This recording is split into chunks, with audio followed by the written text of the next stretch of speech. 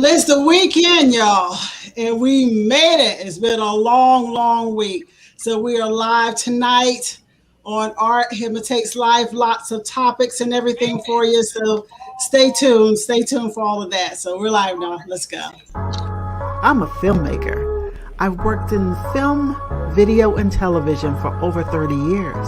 I took a little break, but now I'm back.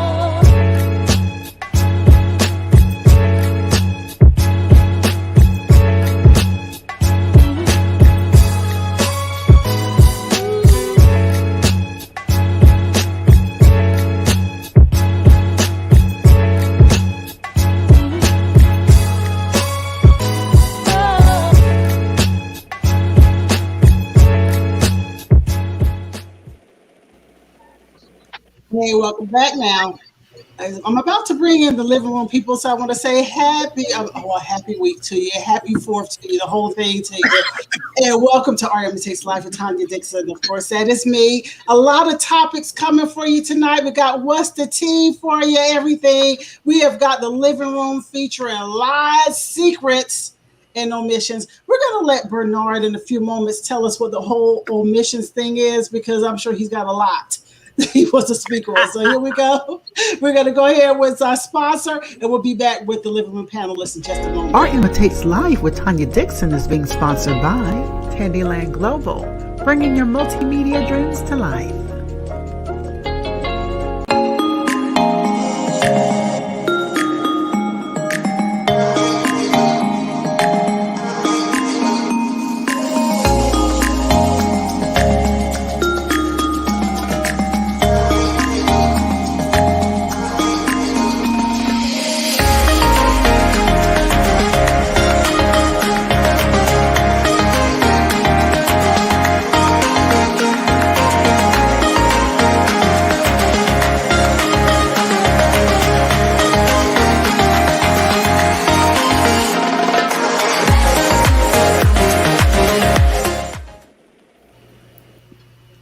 Hey, welcome back. You know, sometimes it takes me a moment to calm everything down, calm me down in order to get into the full live. So I tell you what we're going to do. Let's go ahead and bring in our living room folks to see how they're doing, you know, to see how their week was, and before we get into everything. So how y'all doing? Come on in the room. Come on in. How y'all doing?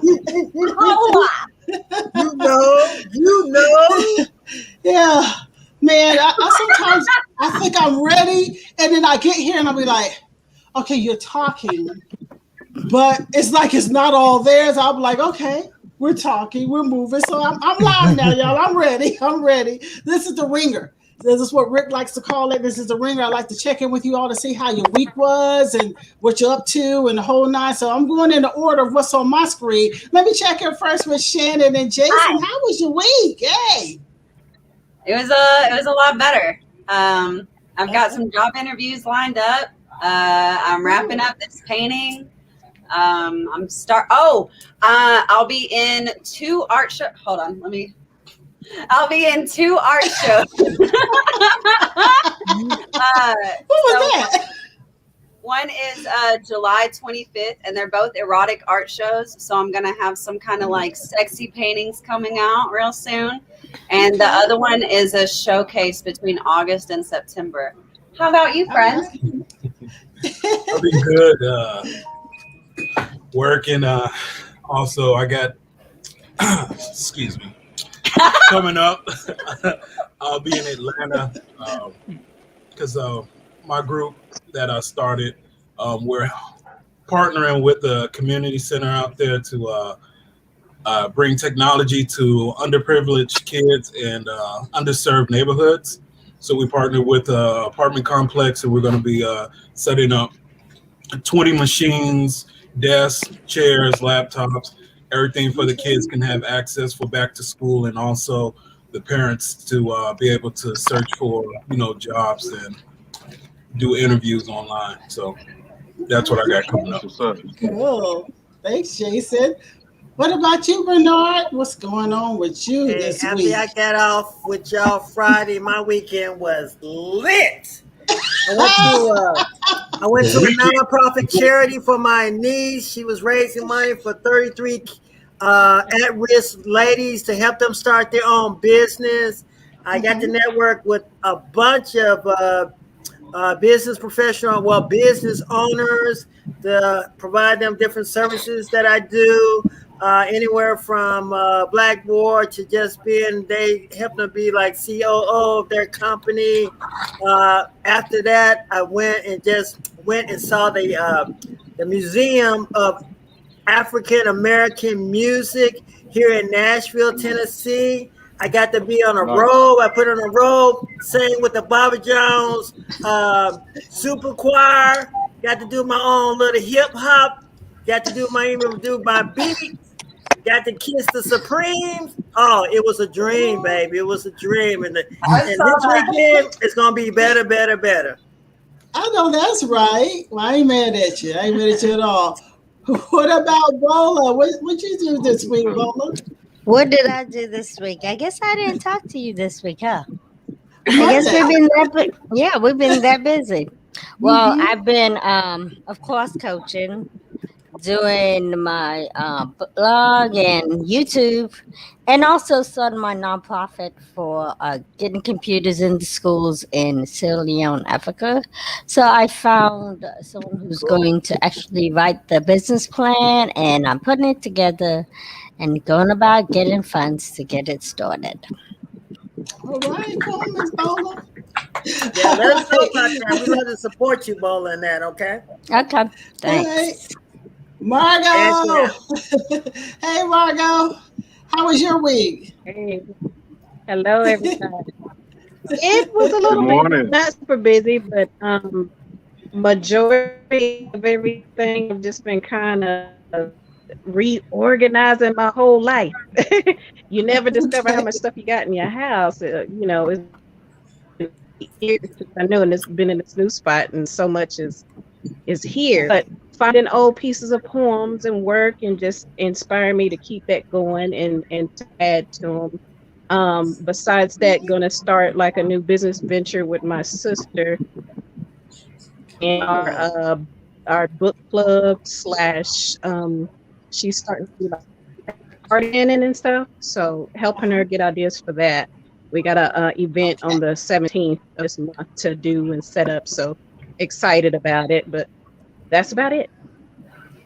Cool. That's a lot going on. Thank you, Miss Margot. Rickness! We missed you last week. What you got going on? No problem. I didn't do it. Yes, you did. I did it well. But nothing too much. Just filling in the 40 hours a week, making sure I maintain my time with my art. Client is about to pick up a piece tonight, finally. Excited about that. And just keeping the brush to the canvas. That's it. Okay. That is it. All right. And it's payday. I ain't mad at you at all. Well, I'm Tanya girl, Tanya Dixon. Of course, my week. Oh my Lord, my week was a little on the stressful side. So I found myself doing something that I told you I was going to do in art. So I did break out the everything and all the pencils and everything. I'm just doing a graphite drawing right this moment, getting myself back in. But the important thing is I'm going back in because everything else in my business world was turning the corner now, y'all. And I think the stress is coming on me like, because I feel it all happening like live. And I feel like everything is falling into place, but it's going to bring a lot of responsibility. So I think that's all going on with me. She's cute and curvy tonight, and I'm just chilling. So Kurt said, I was like, does it say cute and cute? What is it? It's cute and curvy. Hey, Tanya, I tell you what. I know you're gonna get really, really busy, and we're all gonna blow up. But it's important to take that first hour of the day for yourself. Take that first hour of the day for yourself before you do anything else. Right. On that hour. I agree with then let everybody else have the other 23. Yes. Well, I see that Veronica keeps going in and out. We're gonna see Veronica. Can you speak to us? I think she's trying to get settled. She might just. I think she's freezing and falling off. Her reception is really bad. So we have a way of bringing the Zoom in, but when the Zoom comes in, everything that I looked at on it, it would take a large, weird portion of the screen and it only allows me certain things to do. So I said, let me pull back from that tonight and we'll try it. We'll try it when we can all get together and just try it sometime. In the meantime, y'all, we get ready to go into What's the Tea in the living room. So y'all hold on tight. Let's get that opening going.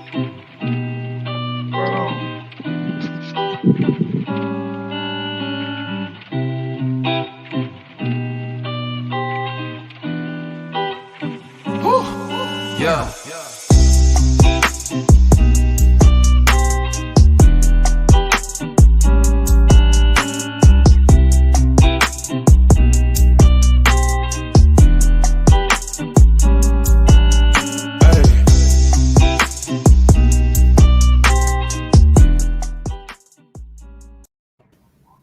Well, that's your official welcome to the living room, y'all. Welcome to the living room. Y'all give yourselves a hand because we about to get into it. We got a lot of stuff that we're going to talk about tonight. Ooh, that was so poor, y'all. Give yourselves a hand. Let's do that again.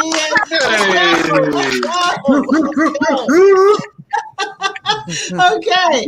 Now, I want to do a little What's the Tea first. I have not had a week in a while where the news source was just off the chain. I mean, every day something was happening out there until I have had to limit. I'll get you in a minute. My dog is looking at me like, you see me trying to get under this cover. I got you in a minute. Just hold on a minute. But yeah, the boss is looking at me like, you lost your mind.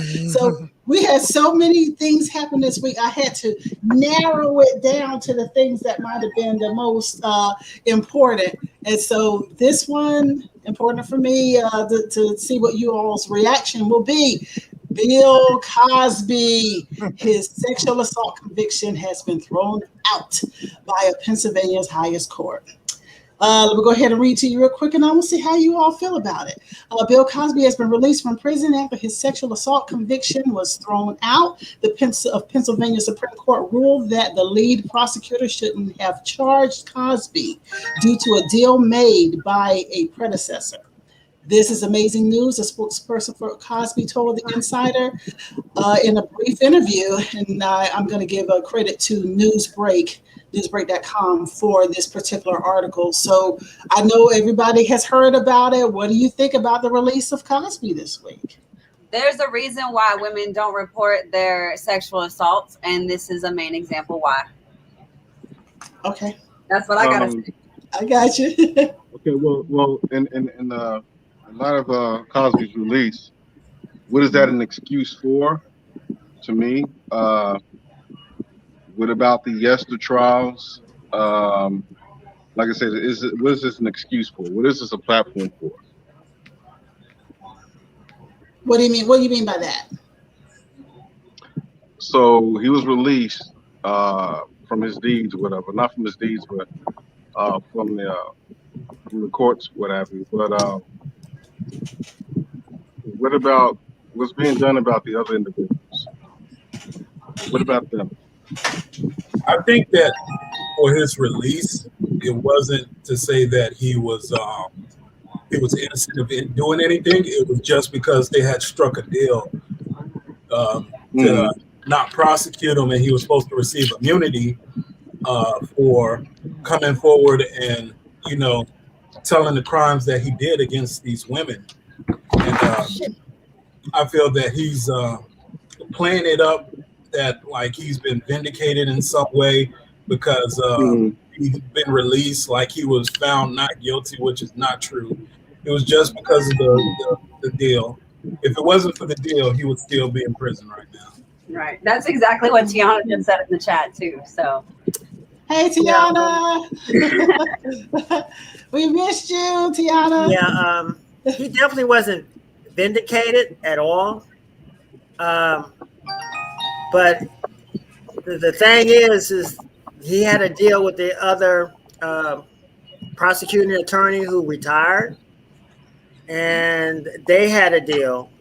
So when the prosecuting when they have a deal, even if somebody comes after and is a new prosecutor, they still have to honor that deal. And that's basically what happened, is that the information that he provided incriminated himself was never supposed to be ever seen. Now that's just getting off on a technicality, and basically that's what he did. He got off on a technicality. And we are that reminds, don't be dismayed. We are a land of laws, okay? Not around what's right and what's ethical, but what can be proven, and a land of laws. And basically, when you go to court, you're not even able to literally like represent yourself unless you're going to like small claims or general court. Some general courts you can do it, but most of the time, you in the eyes of the court are literally a child who does not have the know-how to defend themselves in the court of law. Mm-hmm. Anybody else? Because I'm about to push the envelope a little bit here. Here we go. Go ahead and push it. Okay, let me tell you what I feel about it. I have a mixed emotion on this one. And the reason why is because this was also, in my eyes, because there are so many other cases, I mean, hardcore cases of child sex trafficking, molestation, sacrifices, and everything. There's a lot going on. They went and snatched this one person, and they set it up. They did set it up. They skipped everyone else. Yeah, they skipped everyone else. And they set it up because how did it all of a sudden come out on, from a comedian on stage, and how all of that mess fell out there? This was a definite setup. What about all the people who I can tell you, and I can't name them on air here, but I could sure name them behind the scenes, who go after people who enter the entertainment industry, the ones that turn out all the people, all that. I can name you names. How is all of that getting by, and this one person is the one sacrificial lamb? What happened with that? What do you feel about that? Some kind of deal. You get out. You're blackballed. You get out. You're blackballed. Don't come back, and that's it. What do y'all feel about the fact that? I think Cosby has some major deals going on, and I think this kept him from achieving the height, even greater height, not just as an actor or a comedian, but as a businessman in the industry. And you got to realize, there's a lot of women out there. Yeah, there's some women who are getting molested and getting sexually taken advantage on jobs and stuff. But there's some women, that's how they got up where they are right now. Hello. So it goes both ways. And I think once he was like, it was free to attack him, then everybody just piled on.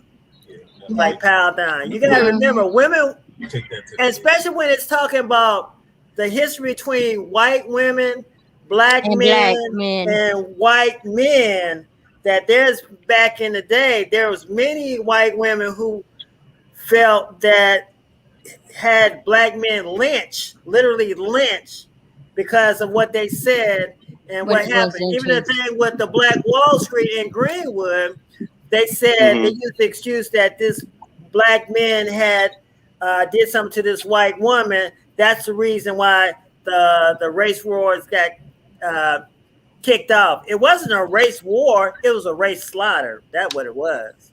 So we have to look at deeper. It's always like two sides of the story. Right. It's their side, our side, and the truth. And money plays a factor in all of that. It's the main factor. It's the main factor. Let me push this one out there. And let me push this one out there too. And I have to use the words allegedly. Allegedly.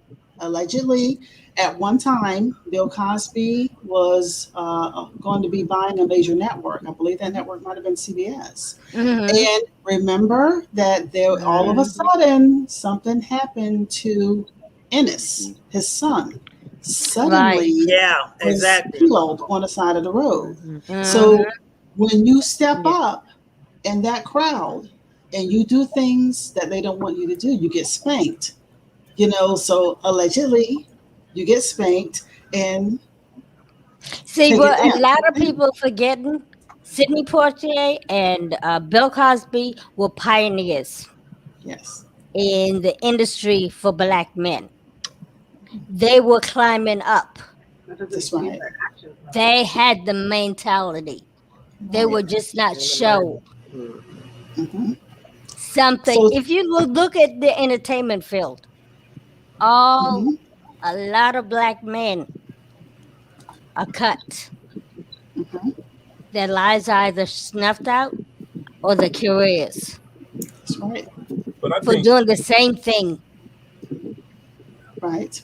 Now, did he know? That's the question. Here's my question: did he know the rules and just didn't care? Or okay, when I looked at the trial, some of these women, this happened in the 80s. They're just now coming out. They've climbed up the corporate ladder. They have called up the entertainment ladder. What I'm going to be honest, and I'm going to say, I'm not saying that he was innocent. I'm not by far. I'm not saying that. Right. I'm not saying he's innocent. But it's suspicious, though. It is suspicious. Right. Who else is being a survivor who else they put in their purse?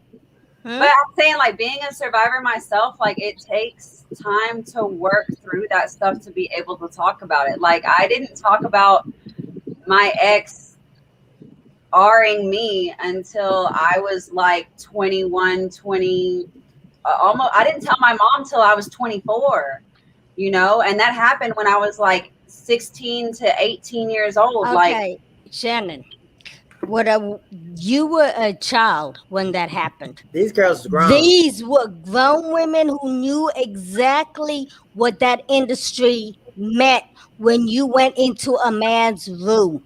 No in his woman house. In his house. Yes, and he was married. He was married. But so why were you? The hours of night were odd. I'm sorry, not at night. The hours of the morning were odd. I'm not saying what he did was right, but what these women did, also, they had an agenda.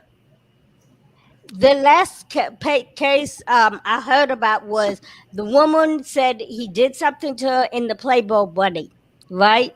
When she was underage, right? At the Playboy Bunny house when she was underage. Right. Why aren't they going after Playboy Playboy Mansion? Why aren't they going after Playboy Mansion? She was underage. Hello. So that's why I don't. I'm like, why you only going after Bill? Question. What about the Playboy Mansion? She was underage. Right. Who let her in? Who let her in? There you go. Hello. And see, to me, here's another whole element that I want you all to look at. Remember, this was year before last when they were planting seeds. There was everybody coming forward. Remember that these women had hijacked, and I'm gonna use the word because I mean it. They had hijacked the Me Too movement started by Tarana Burke. It was not their movement. They hijacked the damn movement, and then all of a sudden, Me Too, Me Too, Me Too, Me Too. It became a big fad, and they picked fun of something in my eyes that was really a serious thing, and then they took it into a Hollywood mess and basically took it over. I can mention the names there, Alyssa Milano, and we can mention the names of people who were very instrumental in doing that, but they were not the orchestrators of this movement. What happened with that? What do y'all feel on that?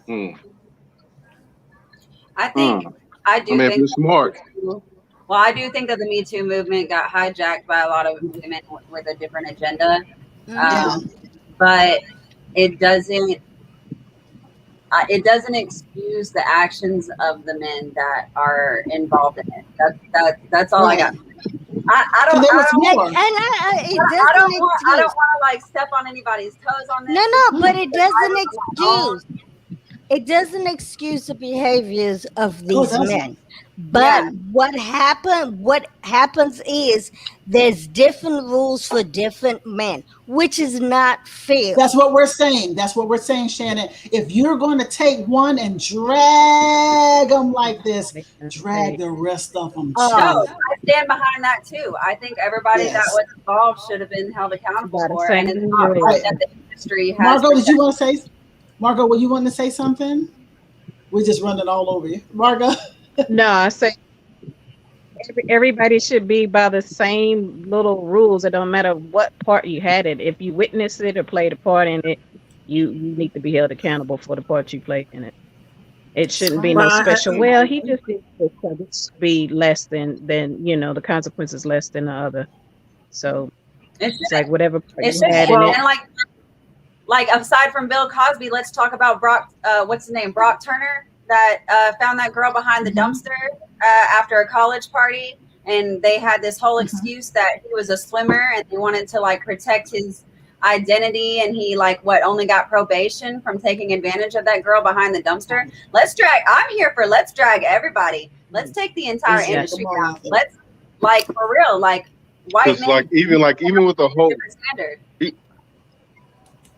But it's like this whole Me Too movement to me it just seems very feminine driven. But what about, since we have Me Too, what about Him Too?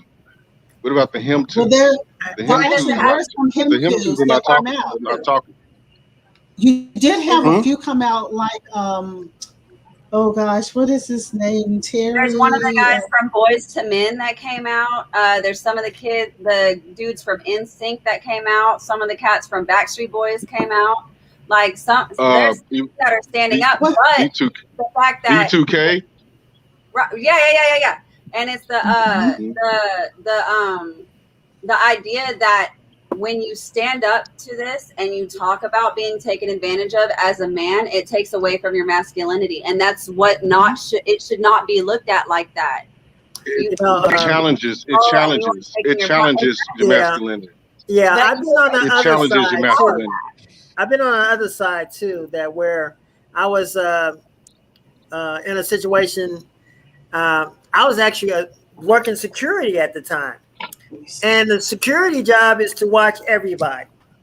Right. So this young lady, she happened to be white, she said, he's looking at me. And I'm like, and they removed me from that post and said, hey, you can't work here because we got a complaint against you. Really? Things happen on the flip side too, that people get falsely accused.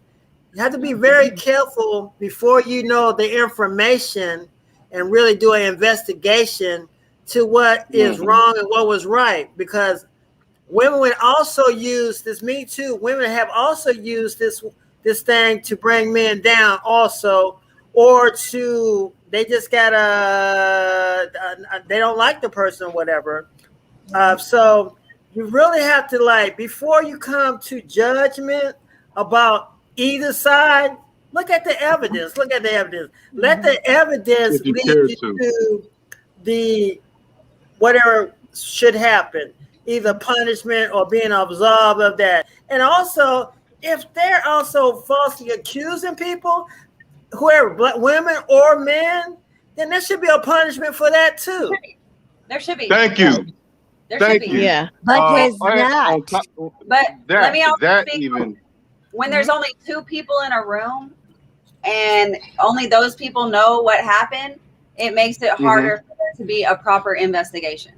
I understand that. And those type of things, a lot of times the actual perpetrator who did it, a lot of times they get off based on their record and their history. If they have never been charged before, most likely they'll probably get away with it. But if it keeps happening, then eventually the preponderance of the evidence is going to sway and tilt the other way. That's where women have to be free or men have to be free just to come out. Because most likely, if a person done this one time, that wasn't the first time. Exactly. Yeah, well, I do. You can only try to hide. You can only try to hide cancer for so long. On that particular situation, if it's only, two people in the room or whatever, and then one steps up, that's when biases come out.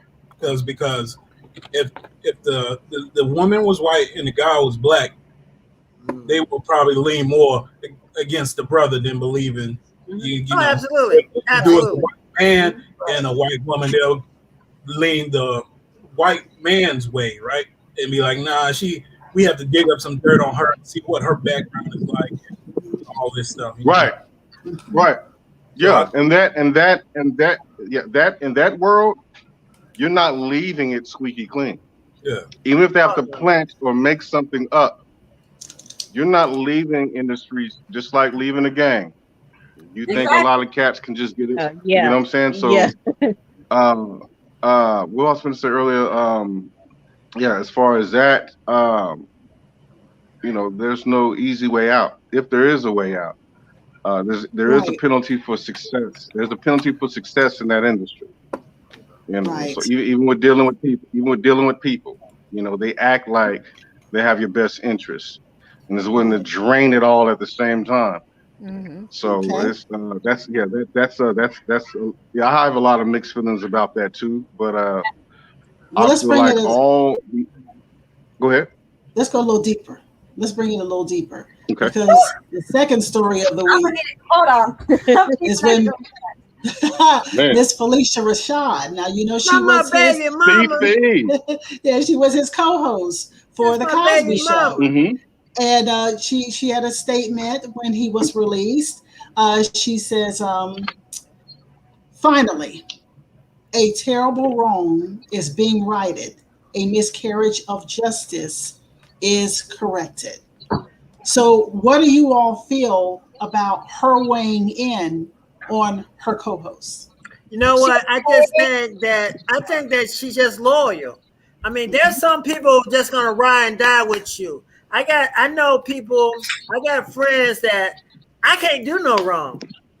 Period. If Bernard said it, it's gospel. I gotta meet these people. Bernard didn't do it. I don't believe it. You can't convince me. No way, no way, Jose. But then there's other people I just met. It's like, yeah, he might have did it. You know what I'm saying? So I think a lot of times, Bernard, when somebody are very loyal to you, they've already kind of construed they already seeing through like rose-colored glasses already. So they're gonna side your way, even if you in the wrong. It happens every day. I don't even think it has to even be being loyal to somebody.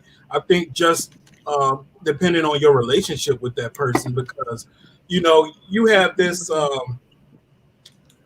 these things where in the corporate world somebody might like somebody and not like another person. And just for an example, white guy might be cool with me and then be totally bigoted and racist to another black guy, and then they be like, Jay, you like, how do you get along with that dude? He's racist, he a bigot. But just because my personal experience is different from their personal experience, that's what I feel like what Phylicia Rashad is doing right there, because she never didn't get that kind of experience from Bill or interaction with Bill. So she believes Bill, right? So, but Bill can be a totally different monster to somebody else, right? Oh yeah, relationships are different. Right. Yeah, that's true. Even like that's been his work. We don't know. We don't life for the time being. Right? She got some loyalty to the man. That's work. That's work wifey. Yeah, she was the work wife. I see We it don't a even different know. way. It's like we also have to consider. If Jason hold on. Let Margot finish first. And then Bola, you kick in. Okay. Go ahead. Well, I'm saying it's been for so many years because it's been so many seasons. So he's been a part of keeping that money flowing in all of them pockets that's been on that show. So she's been, that wife, and they've been cool. But just like somebody else was saying, is that he can be a whole different monster when it comes nighttime, and when he ain't in front of his other friends and employees and people he worked with. Just like everybody's anybody. different. Yeah, like anybody and everybody else is different when they get around a certain group or certain different energies. You're a certain way when you're at home. Yeah. You're a certain way you're at home than when you're at public. Was it fair? You said, was it fair? No, listen. No, that's not my point. Was it fair to take the show out of syndication and for everybody to ever miss that whole Cosby era? That was historical to see an affluent Black family. They snatched it off the airways completely. So that was wrong. Yeah. That was absolutely wrong. Answer that. That's easy. That's very easy because I don't see ain't no HW. They ain't stopped playing any HW films. Right.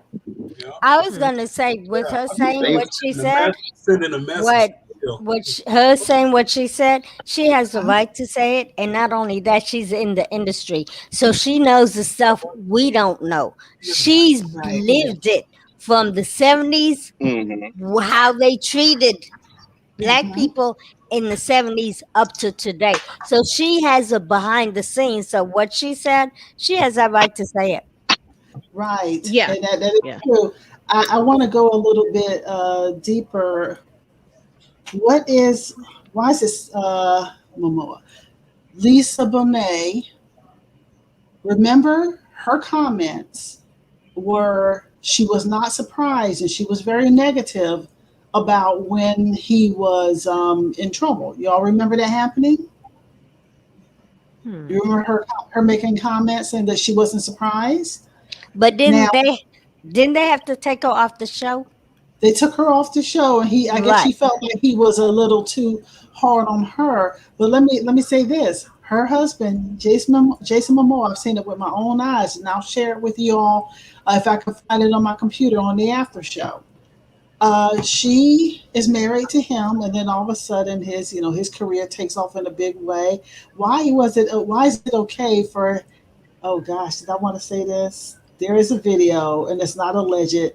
You could go, I'm going to say alleged, but there is a video right now that you can go and see where he's standing there with his two daughters and he's filling one of them up. He's filling her breast, and she gets mad and she turns around. He's standing there doing it for a while. He has his hand on both of the daughters' chests, and the older one, you can see him moving his hand. And after a while, she got tired of it and she looked at him. And this was all in front of the press. Now, you know that they show their allegiance to the dark ones. Why did he do that to his own kid in front of everybody? I don't know. But how come his career flourished and Cosby went down? She denounced Cosby. Husband goes up, Cosby goes down. Allegedly. You know, their backroom deals happen all the time in the music industry. See, we are looking from the outside looking in. So we really don't know the inner workings. Oh, I know you are, but I'm talking about the general public is on the outside looking in. So it's like we don't have the complete information of what's happening in the back door. Believe me, there's a lot of shenanigans that are going on. It has always been going on, and it hasn't been in the favor of the average Black man, period. So not saying right or wrong, but it's a lot of stuff, and until you have the total information, it's hard to really make a real good decision. I can't. I don't have that intuition. I don't have any type of telepathy or anything reading anybody's mind yet. I'm working on it, but hey, I don't have it yet. You know what? Remind me to try to find that video for you. Okay. I think that you all need to see it. I'll try to find it before we get off, and then so you could probably see it in the after show. I'll work on that. But there's the plot thickens, y'all. It gets a little bit deeper on the situation. What about this one? How in the world did Janet Hubert, she was the first Aunt Viv for the Fresh Prince of Bel-Air. She weighed in on the situation. So she says, Phylicia, what are you thinking? I don't know you, but to say this was terribly wrong. Everyone knew what he was doing back then. How could you not? That she tweeted that. She said, "Get your umbrella, sister. Here comes the shit shower. I am outraged that he has been released. He is an old ass guilty man."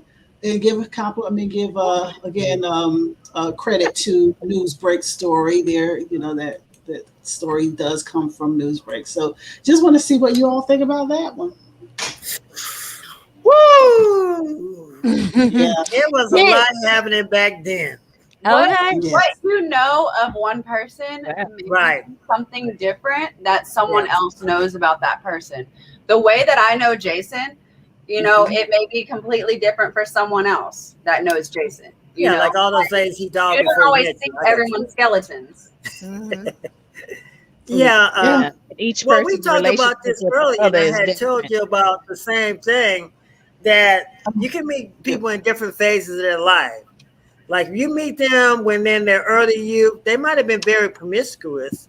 They might have been very adventurous, say from like high school, college years until they reach their profession. Once they got stabilized into their profession, then they decided like, oh, I got to be an up and standing citizen based on what kind of work I do and change. Now I'm a family man. Now I'm a father. Now I am a leader in my community. So I have to hold a different standard there. But if you met them back in when they was in their dog phase, you can like, oh, he ain't nothing but a low down dirty dog. And then you talk to somebody who meets them now that they have changed their ways, then they'll say, oh no, he's a great guy. He supports our charities. He's a leader in our group. He's a Cub Scout master. So their experience are totally different, but it's with the same person. I got you. Okay. Well, I tell you what, Margot, you were making a comment, and then let's hit that chat in a few minutes, Shannon. So, Margot, you had a comment? Oh, well, I was just saying that everybody's relationship, depending upon how much, not just spent time, but like when you're actually meeting each other at the table and putting all your stuff out and really getting deep with that person, depending upon how much time you spend too, you get to really know somebody. So I'm not sure if their shows were on the same set or when all three of them crossed paths or were able to see each other and really know each other. You know, Phylicia Rashad's relationship with Bill Cosby is different than what's the other lady's name? I can't even get it out. Janet Hubert. Janet Hubert. Yeah, her relationship is different, or what she's witnessed Bill Cosby do. And you know, I'm going to say this. Called him in a rare moment. She probably just called him in a rare moment, just seeing him do something. But that's the truth in her eyes. And when you see somebody do something that seems out of character or caught them in that rare moment, then they'd be like, yeah, he's doing wrong. You know, versus what you see every day. You know, a prime example is I was raised up in the church all my life. There was a lot of them preachers. There was one way in the pulpit, and another, and there was whole different way when you came back in their office for some personal counseling. That's right. See, and you also have to look at the era. When, as Bernard was saying, back then, what was acceptable? Right. Everybody was probably doing it, not just Bill, what they say he was doing. They were probably all doing that in that entertainment. And as time went on and women got their freedom or the right to speak, less and less of that became acceptable. Because if you go back in history, you will hear of all these famous actors doing stuff like that never got in trouble. Right. So we can't. And they should have. I gotta say this too. Right. You know what we're dealing with too is that there is, if you know anything about the breakdown of Hollywood, you have Black Hollywood and then you have white Hollywood and mainstream. Black Hollywood, you have the Black Hollywood that does not get a lot of attention, does not get a lot of work. You got to remember that Janet Hubert was fired from, or whatever. I want to see if she's fired. I don't remember that story, but So she was fired? Yeah, she was fired. Oh yeah, she was fired. Okay. Okay. I mean, Yeah. Smith could not get Will along. Smith got rid of her, Right. basically. That's right. They did get Exactly. wrong. And so therefore she fell down into that part of Black Hollywood where they were not working a lot, and there may be some jealousies about how you got above the line, so to speak, because in order to get to mainstream, there's a lot of things that you have to do, and we'll talk about that on the after show behind the scenes. Because if There's you look, no, Okay. and if you look at her YouTube video, Huh? a lot of it is attacking. You know, because I think I bought 7 years ago. I ran into some of her videos, and it's like, wow. Right. And you And she- never know. She became bitter about that, Mhm. and he is one who made it to the main stage. You know, he made it to the main stage along with your Will Smiths and people like that. They made it. They sacrificed a lot, and I'm using that word very carefully. Allegedly, I'm using that word very carefully, but y'all know where I'm coming from. And so there might be some jealousies. There may be some anger, and rightfully so. I do understand. I'm angry about some of the things that were done, and that we will see some information and things come out as time goes on that. So what I want to do, I want to go on to the next story that I have with. You want to get the Did chat you all first? hear? Oh yeah, let's hit the chat. Okay, so 90% of it is Tiana. All right, Tiana. Thank you, Tiana. Okay, so in the end, she goes, let's adopt a new movement called Me3. Let's take down the industry. And bro-in-law Jacobs, I don't know who that is, but they're like, I think they released him to cover up for Harvey Weinstein, so they dropped his case. But Tiana is also a survivor of, can we say the I word in here, like for her father? Oh, you can say incest. Okay, so she goes, I didn't talk about my father until after he died. And she says, my father was known as a rescue ranger. If you needed something, everyone knew you could call him, but no one believed what he was capable of behind closed doors. And that's why she has trust issues. And she says, what you see is not reality. It's almost always a show. Yeah, the whole thing is complete theater. It is actually complete theater. What we see coming out of Hollywood is not just actors that we see on the screen. It goes a whole lot deeper. Some words that I cannot speak here, but it is a fabricated story that's out there. And when you step out of line, you get spanked. Mm-hmm. I mean, think about your guys' own life, though. How many people really know the real you? How many people really know the real you, that all your whole type of story? We always let people see the best version of us. You know, it's not just when we talk about art imitating life, just think about it. What's happening in movies are happening in reality too. So everybody's putting their best foot first, but everybody has different relationships with multiple different people that they come in contact with in this experience called life. So I see why situations like that happen in the movies, but they happen in your real life too. Everybody don't know all of Bernard, and everybody will not know all of Bernard, but I will always put my best foot forward. But there's a difference though, because like for instance, when we talk about this entertainment industry, I've been in 30 years. Y'all hear me at the beginning of the show. What did I say? I've been in the industry for 30 years. I took a little break and now I'm back. I mean, I'm like this. The whole time I've been there, I made choices, and I made the choices not to do some of the things that they made to get into center stage. It is a choice that we make.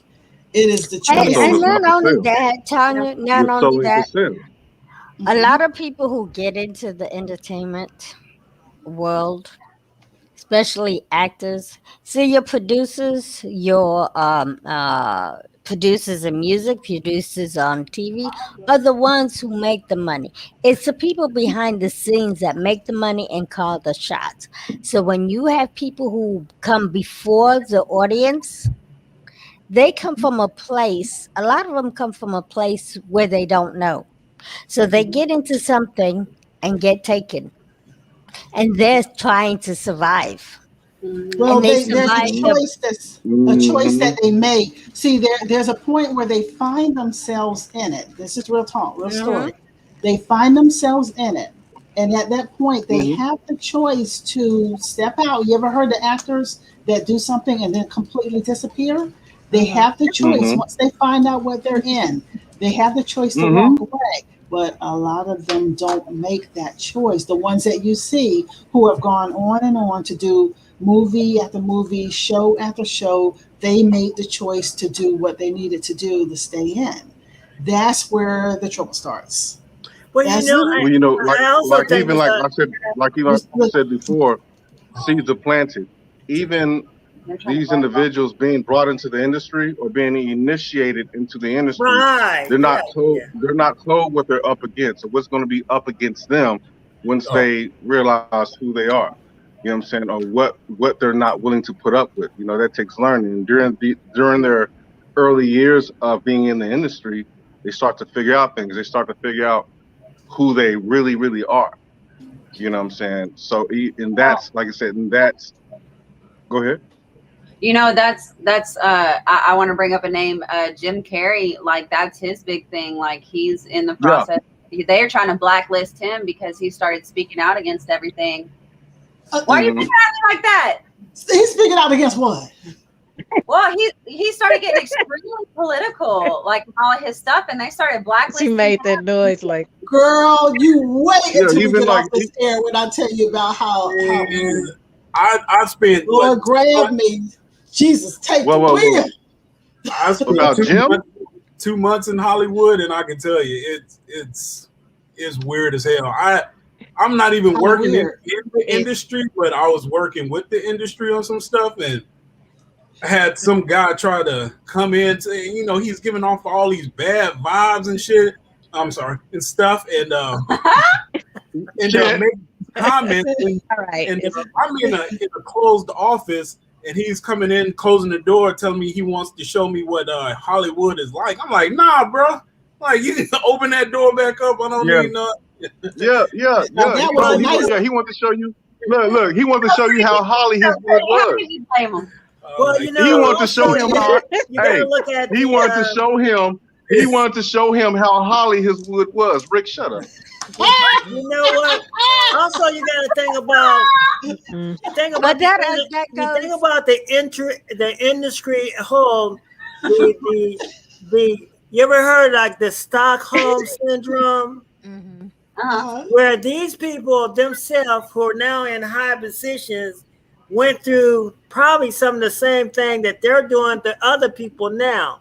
Like you said, they were initiated into like the brotherhood. So now psychologically, they're thinking what was initially wrong now is right because they've been indoctrinated and basically brainwashed that because everybody's doing it, so it must be okay.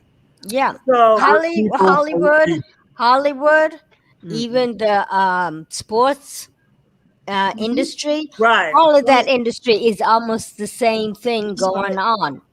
And people get it's like conform. You either conform to what higher up, or you get kicked out. Same thing in business.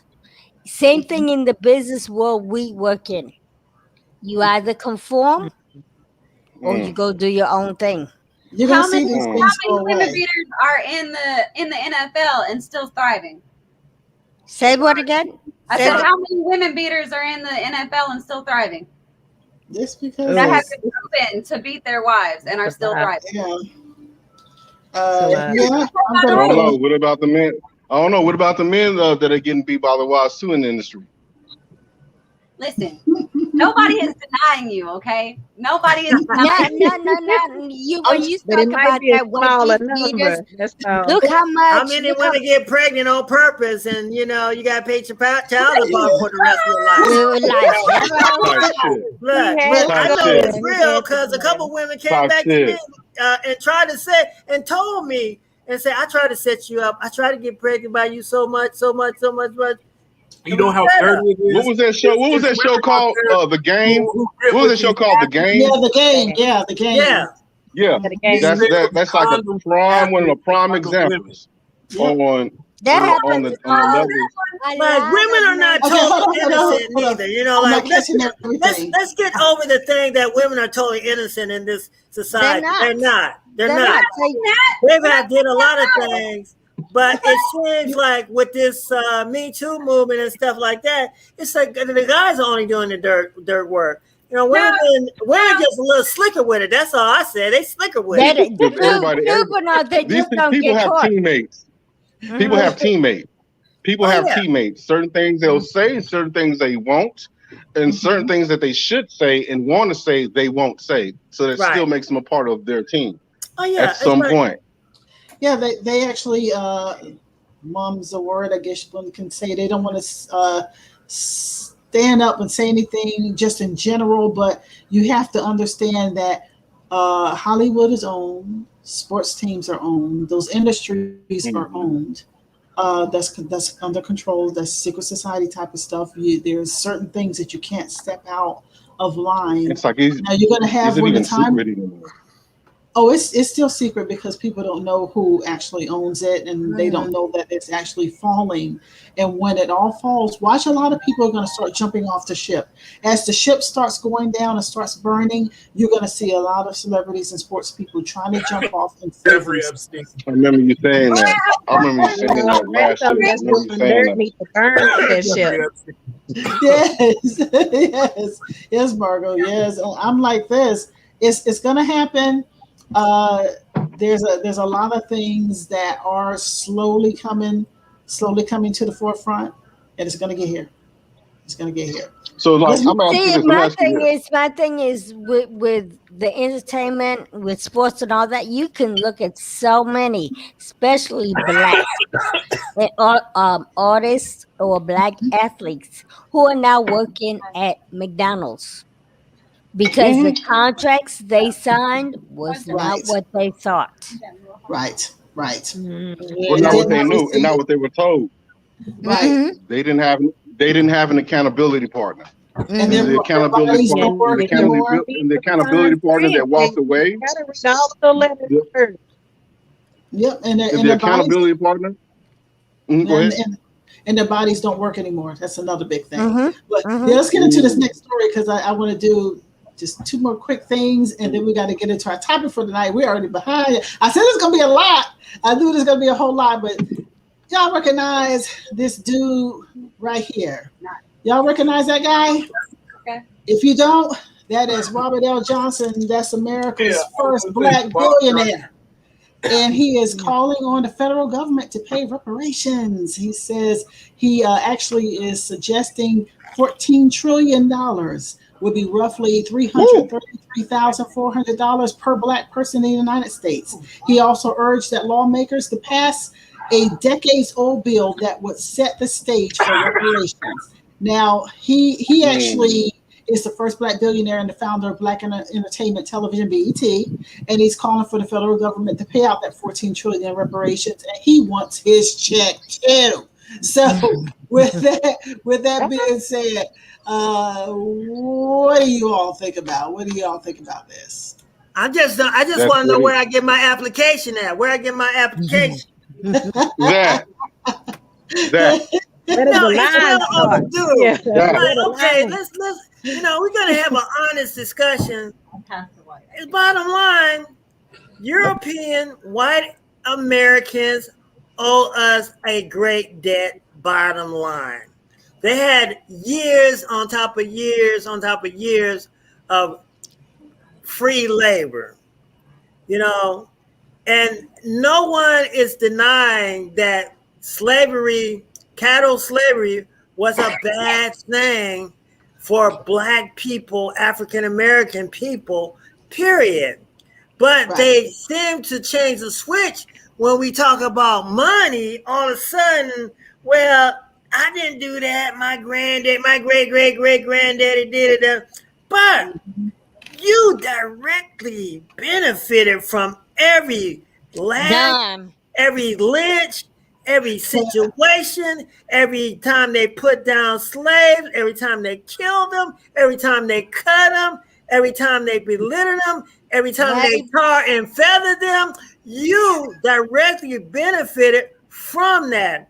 And there's a debt. You have paid reparation to almost every other race when they were denigrated in the history of the United States. The Chinese, the Japanese, the Irish, all of them. You gave them free land. Free land. Not thousands of acres, millions of acres of land. Bernard, but thankfully this is not happening today still. Oh, it's not happening, but how far behind are you? But it is happening on a cultural level. We're still being assassinated. We're still being killed in the streets. We're still being 20% Black men receive 20% less paid than the average white man. The Black women paid less than that. You know what I'm saying? These things are entrusted into our society and woven into our society that we are owed debt, and it's time for us to get paid. We need a upper hand because we're so far behind that it's ridiculous. If they had to come through what we have come through, they probably would have killed themselves by now. Well, I'll tell you this. This is real talk. I mean, I'm saying this real quick. Hold up, somebody might know. I gotta go. We are a strong people because there's a number of things that have occurred, and we still push through it. We're a strong people. But what do you all feel about? Do we need the reparations to account for the things that have occurred against the African American? I'll just say Black people. I'm going to let y'all know. I don't really care for that term, African American. I'm not going to speak on this.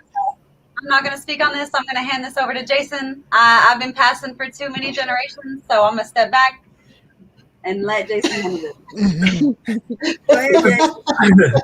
I think that it has to be, even if it's not a dollar amount, it has, some form, whether it be, some kind of stipend or funds for, home ownership, buying your first home, or a free community college for, the Black youth, or something, it doesn't have to be a dollar amount given out, but it can be in forms of something else that helps bring, uplift the Black community, or help the Black community with, jobs, or, government contracts, or farming, or something like that. But Jason, I would say this, that given something and knowing how to maintain it, the maintenance part, the knowledge in terms of prolonging it, that's like the knowledge of it before this so-called reparations come about.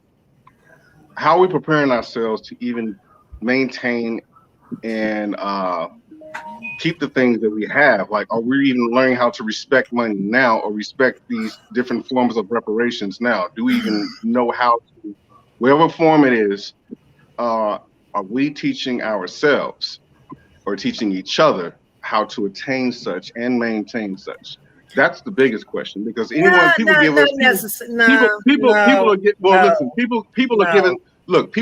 things. Let me finish. People are giving things every day. Doesn't necessarily mean that they respect it or take care of it or prolong it. Just like the vehicles we take advantage of, just like the house we take for granted, or the house we have that we take for granted, or little things that we take for granted. Are we teaching ourselves spiritually, and even just from a financial standpoint, or even just a moral standpoint, respecting that which is that has been given to you, because people they use it and be done with it, and they want some more. Rick, I get what you're saying. I get absolutely what you're saying, and that makes a whole lot of sense. But let's get down on the back end, now on the front end, okay? Because if we keep just kicking the can down, see what we do is we keep kicking the can down the road. Okay, you're gonna get this next year. We're gonna do this for the next year. We're gonna do it next year. Let's stop kicking the can down the road. If they give them the money, and we can teach our own people what to do with the money once they have the money, okay? But having them thinking that, you got to go jump all these hoops and we got to do all this training and do what the money at, simply they're not going to do it. Then, it sounds it's more like it's idealistic. I see your point, but in the actual application, dealing with the people on the street, a lot of people would do better if they had better, period. And we can find ways. But if they don't know how to. Yeah, but we can teach them once they get the money, though. You're trying to put it like, let's teach them first, then give them the money. But listen, that's not what I'm saying at all. That's not what I'm saying at all. You need to have some type of financial responsibility before you're handed like a great amount of money. If you're automatically handed like a great amount of money, I get that. You're just gonna blow it. I got something to say. But you're not gonna be able to teach everybody. Some of them not gonna want to learn. But I mean, that's a huge flaw. And aside from everything else, that's a huge flaw in our public school systems too, is that we're not teaching financial responsibility to anyone. Well, I think that's what the Black Panthers were good at, and why they broke up that group, because they taught about self-respect, self-discipline, preservation of the family, taking care of your house. And they were teaching those things and showing kids how to do these things. I think that but then the government gives you a handout for not having a father in the house. Right. I think what you're talking about, Rick, and they have a takeaway for having a father in the house. Right. Rick, what you're saying is more dangerous to the establishment than giving them the money. Because once you have the knowledge to get money, game over. Yeah, you know how to manage the money, game over. Let me, Bola, you make your comment first, and I got a lot to say on this. I was gonna say, even if they give us the money, the government's gonna find a way to get it all back and leave us with $100. See, we can't. Okay. Hold on. Okay. First of all, let me just say no different than they do with freedom. I got to make some points, y'all. Hold up. It's called taxes. Because this doggone sensitive subject for me now. I'm gonna mute these doggone mics in a minute now. I'm looking at brother-in-law Jacobs over there, and he's saying that they owe us, and they said they gave the land to the Indians. What about us? Let me tell you this. First of all, they ain't giving no land to no, wait, hold up. Before we say anything, we were part of the Indians. And that's one thing that people don't like to talk about. This black race here was also a part of the Indians. We were not just some people that only came from Africa. Absolutely. That's some bull crap that was sold because they wanted to colonize this land. So when they came over here and they removed all of us and sent us down to the islands and the Europe and the Africa and the back, y'all all came from Africa. That's some bull crap. Just bull crap. You know what else is another fact that is not widely known, that Indians actually owned slaves. Yeah, they owned slaves. Yeah. They sure did. Indians were actually the only ones that, when slavery ended, actually gave the slaves land and money to, prosper with. Right. And those were a part of our people. We are indigenous. Those indigenous Aborigines. We're indigenous. Hey, I see Toshiba. Oh, no. Well, the fact is, if you look at the indigenous people of any continent on the face of this earth, they were black people. Right. Point blank. Period. You can research it, and it's all. It's going to prove it out. I'm gonna go further.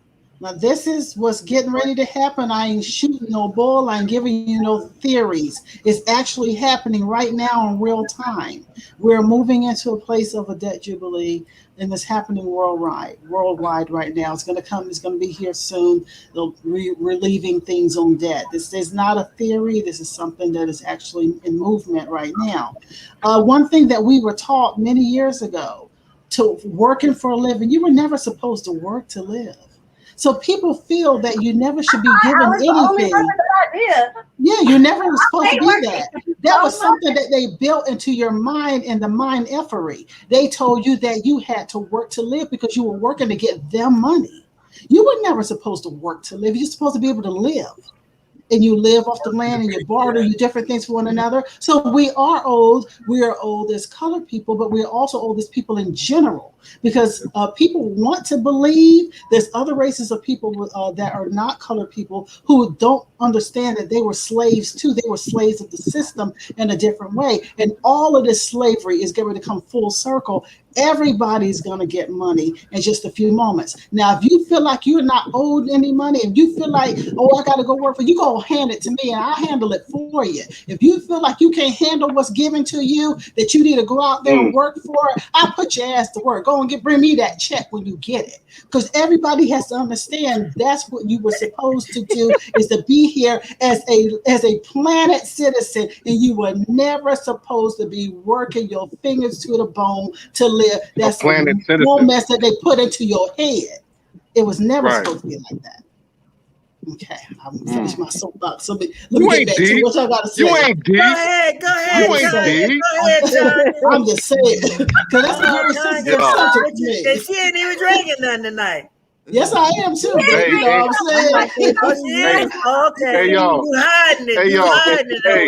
You know what's so crazy is like being an artist. Like, you know, I'm a graphic designer during the day. I just want to relate. I just want to relate a little bit. Let me relate. So like, Hey, I've got guilt. Well, I'm saying, like, I've got this guilt of like painting all day and just like I can make a living off this, but I'm not working hard enough. There's no way I can be successful by this because I'm not working hard enough, right? So like you're speaking to my soul right now. But we're getting ready to get into the life. I'm gonna say this real quick, and then Rick can make his comment. We're about to go to a place where creative people will be able to flourish. You're supposed to be able to bring your creative self, your whatever you have to offer this land, to offer your people, to offer this planet. That's where we're going. All that working your fingers to the bone for somebody and getting pennies. Oh man, we done with that. And it's gonna be done when we, the people, stand up and say enough of this shit. Okay, Rick, you gotta go ahead. Ooh, No, all I want to say is I just want to give a shout out to my brother-in-law Jimmy, big brother-in-law. All right, yeah, right on. Appreciate it, homie. Shout out to Jimmy. Hey, I got you. So, hey, I got your gizzards. I'm finna get your gizzards, homie. Get well. Get well, homie. Get well. Shout out to the gizzards. Shout out to the gizzards. No, Williams do. Williams do. I was about to say. My daddy loves that stuff. But I'll say that is a very mixed emotion on some people because they don't understand the whole thing about reparations. They get sensitive about it. But I'll just say one thing and we'll end it here. We'll see how sensitive they come, how they get when those checks start coming. Because like I said, I'll walk up to you and say, give it up. I'll take it and you go ahead and work your 16 hours a day, and I'll help you out something if that's what you need to happen in your life. I give you an extra 30 minutes of my life to get $25. Right. Oh, that's interesting. Okay, we got one more story. One more story before we get into lies and secrets and omissions. Okay, this story right here, this dude right here. Okay, now this dude was talking about Eddie Griffin, and he says that in his book, he recounts that's Seth Rogen. He recounts an anti-Semitic rant that Eddie Griffin allegedly did while they were on the elevator ride. Now, for those of you all who may not remember or recognize Eddie, here is a picture of Eddie Griffin. So let me go ahead and let me go ahead and run this to you real quick, what was actually said in this little dialogue. So Eddie says, and this again, compliments to Newsbreak. This is a story from Newsbreak. Give them all the credit there. And the picture is also from Getty Images, okay? I've been trying to make a movie for a while now, but no one will make it.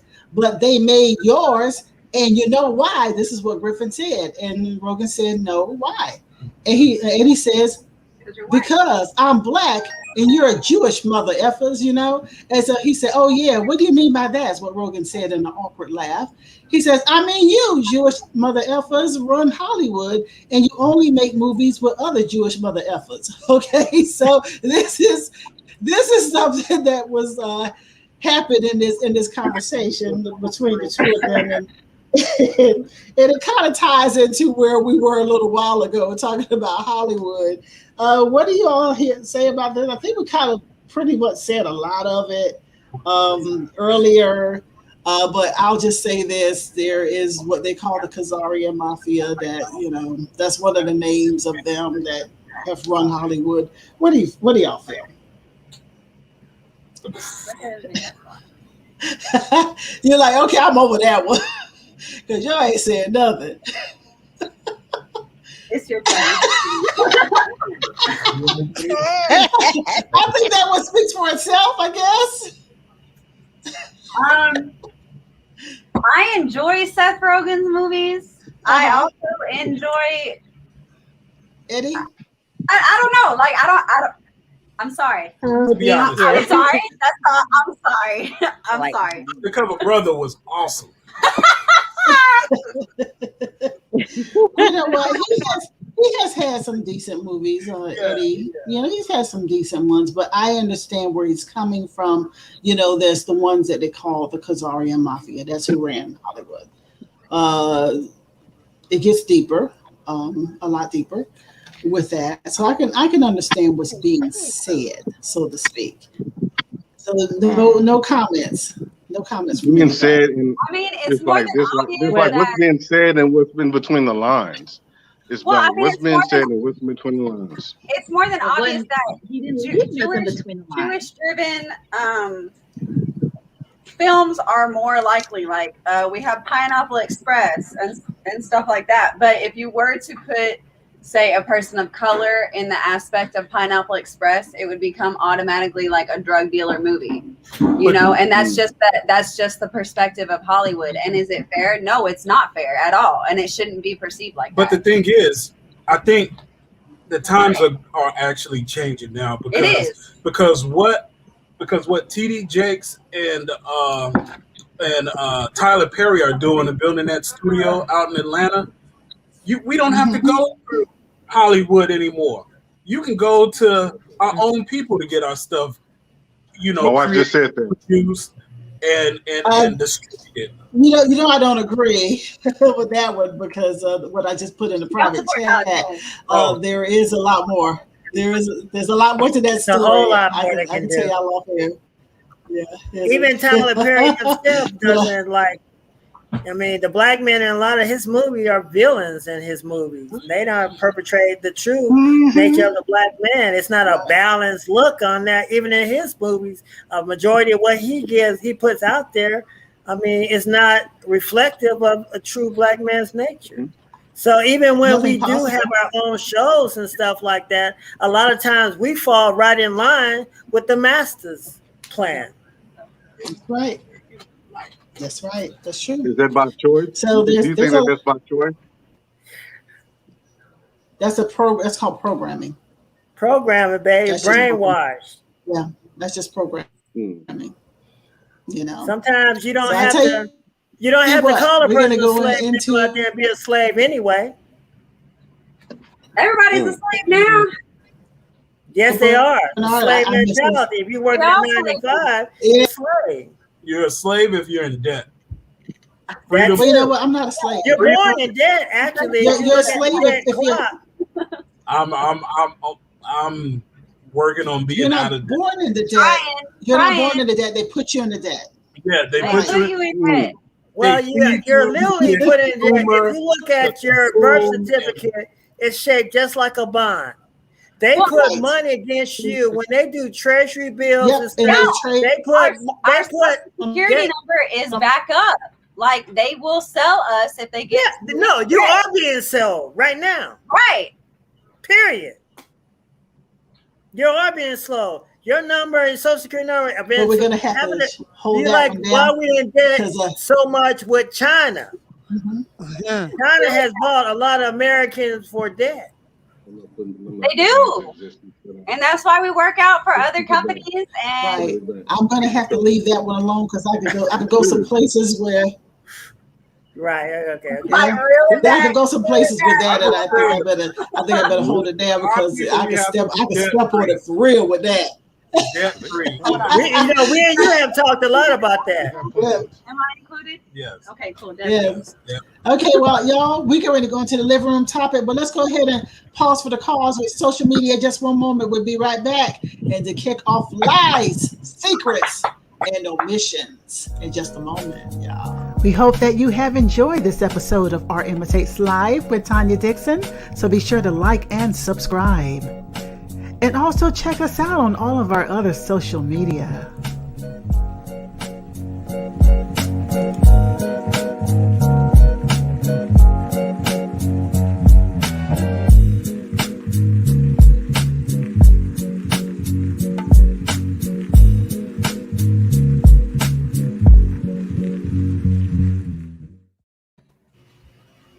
Be sure to like and subscribe and share the show with different people that you know so that we can get on out there. And of course, as we always say at the end of the show, I'll say it now, if you want to be a guest on the show, you even want to be a guest on the panel here, or if you're an artist or have a business, you want to be featured, you want to be on the Soul Spotlight, go ahead and send us an email.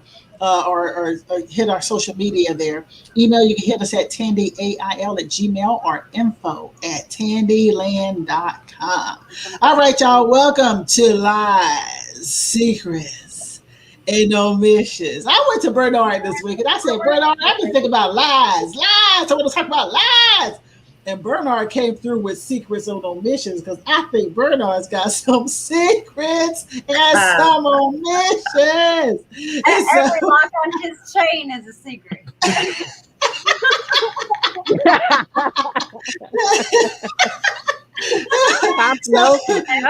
Everywhere lock. Can I defend myself? Yes, go ahead. Please do. Let's tell it like it is, okay? Let's tell it like it is. Okay. When you grow up, the foundation of the United States of America and our laws are based on the 10 Commandments. Uh-huh. So one of those commandments, why I get an echo? I'm getting like a bad echo. I'm like hearing myself. Yeah. I think it's Rick. It's always Rick. If in doubt, it is Rick. Like, that's not me, that's Rick. Who is that? That's Rick. Well, anyway, we based on the commandments, one of those commandments, I shall not lie. But I think a lot of times people don't know that there's different forms of lies. Like when I asked my son, did he do something? And he says, yeah, I did it. But he forgets to say, I did A, B, C, but I didn't do D, E, F, G. He omitted the part that he didn't do. Mm-hmm. So that's omitted, and that's like a half true. And anybody told when I was growing up, a half true is a half lie, which is all the way lie. Okay, so that's how I was raised up in the church. But I also see where people say the same mom or same dad look at someone in their Sunday best, and they'll say hey, how did I look? And they said, oh, you look good, girl. You look good, girl, but you look like a hot mess. And they know you look like a hot mess. So that's what we call a white lie, So is the white lie okay? Then the outright lie? Is the omission okay? When you say, I really didn't sleep with that many women. It was only a few, when the few was like more like 100. I mean, we have so many, when it comes to this subject, I think we have so many shades of gray, it's ridiculous. Yeah. Well, let me do this for you all. I know you all know the definition of each one of these, so let's just do this real quick. A lie is an intentionally false statement, like a whole pack of lies.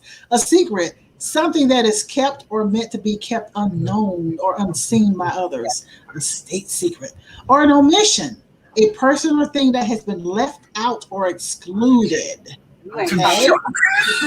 So if you look at it that way, I would go deeper with this when people lie, and sometimes we know that there's different types of lies, and they call them white lies, and they call them lies, whatever. People sometimes will lie to help you to not feel bad about something, and they call it a white lie. No, what do you all feel? Lying, you ain't helping nobody. You ain't helping nobody. You're hurting people in the end.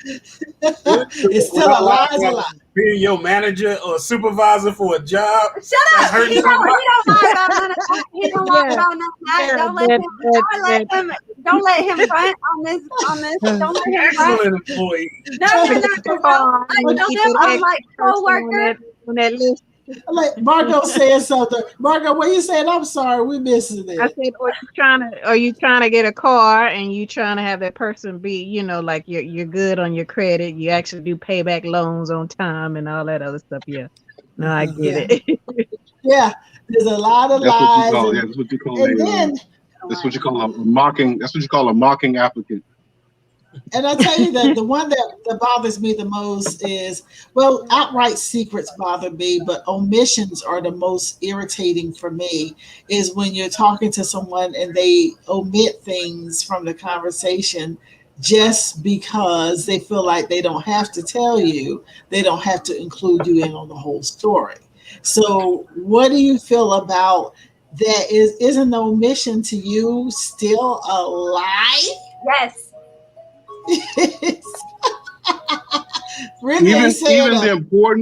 Even the meat of a situation, even the meat of an explanation that's left out, you tell a certain truths, but you leave the main truths out to lead up to the certain truths. You're still a liar because you're not telling the whole truth. Amen. Because you're leaving blank spots. You're leaving loose ends. It's not the whole truth. If it's not the whole truth, it's not the whole truth. Exactly. If you moving and it feels shameful, why are you moving like that? Right. That's true. You ain't nothing. Look at me getting deep. Look at that. I got y'all on that one. Yes. So has anybody experienced anything that, I see Tiana in the chat. Maybe we'll hit the chat real quick. I see Tiana talking about omissions in the chat. What you see over there, Shannon? She says our omissions are catch me if you can type of deal. Yeah, pretty much. Wow. But wait a minute. I'm with omission. Wow. Hold on. Now, what's that, Bola? Go ahead, Bola. You know, with omissions, it depends. It depends. Like if I don't know you, you start asking me questions. I'll only answer what you ask me. What you don't ask me, I'm not fixing to tell you. It ain't none of your business. Yeah, and to me, I'm gonna be honest with you. Which also is a part of game. Now, mind you. I agree. Of course. Something. Let me just go ahead and just say it the way that I really feel it, because I had this conversation with a friend. Yeah, I had a conversation with my friend earlier, right? And I said, this is a friend of mine, and I said, you the king of omissions. And so he was like, what do you mean? Already it started. It started right away in the conversation asking about omissions. The omissions were already there, okay? And so to me, I was like, I personally feel when people leave a lot of information out, that is something intentional there. And it just, I know you don't have to tell me this thing. Yeah, you're right. It's not my business. You don't have to tell me. But when I find out and I say, I don't trust your ass, deal with that. Well, like I said, it depends. But Tanya, it depends on the relationship. On the type of relationship. If you're in a intimate relationship, then yes, the omission makes a difference. Now, if I'm in my boss is asking me stuff, I'm only gonna just tell him Well, see, so you can't just say omission is wrong. You have to No, I'm look talking at about that situation.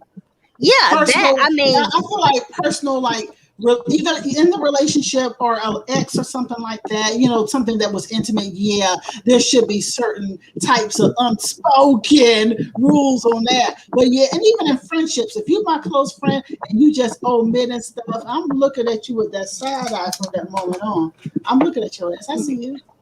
but then you have friends, people that if you tell them the truth, they no longer your friends because they don't want to hear the truth. But So that's not you your have friend. to That's know not that your when They you're weren't Were your they ever friends your at the friend? beginning. They Were were they ever your your for friend? convenience. Were you? That's Were right. they, Well, wait a Because minute, were they ever your friend? hold on. I was going to say about friendship. I can't determine what a friendship is based on what you call a friend. Everybody has their own definition of a friend. Right. I think Because that's the problem right there. Is so many people, they have their own personal biases, and they simply don't understand the value of telling the truth, and they don't understand that omission is just as bad as a lie. That white lies to the wrong person can put you in such a hot water. Is that they don't even understand that they values are not even in the right place. You know what I'm saying? White It's lies so matter. skewed mentally that they're so far off the moral path that they don't know the truth from a lie. A lot of times, a lot of people rather accept a lie than the truth.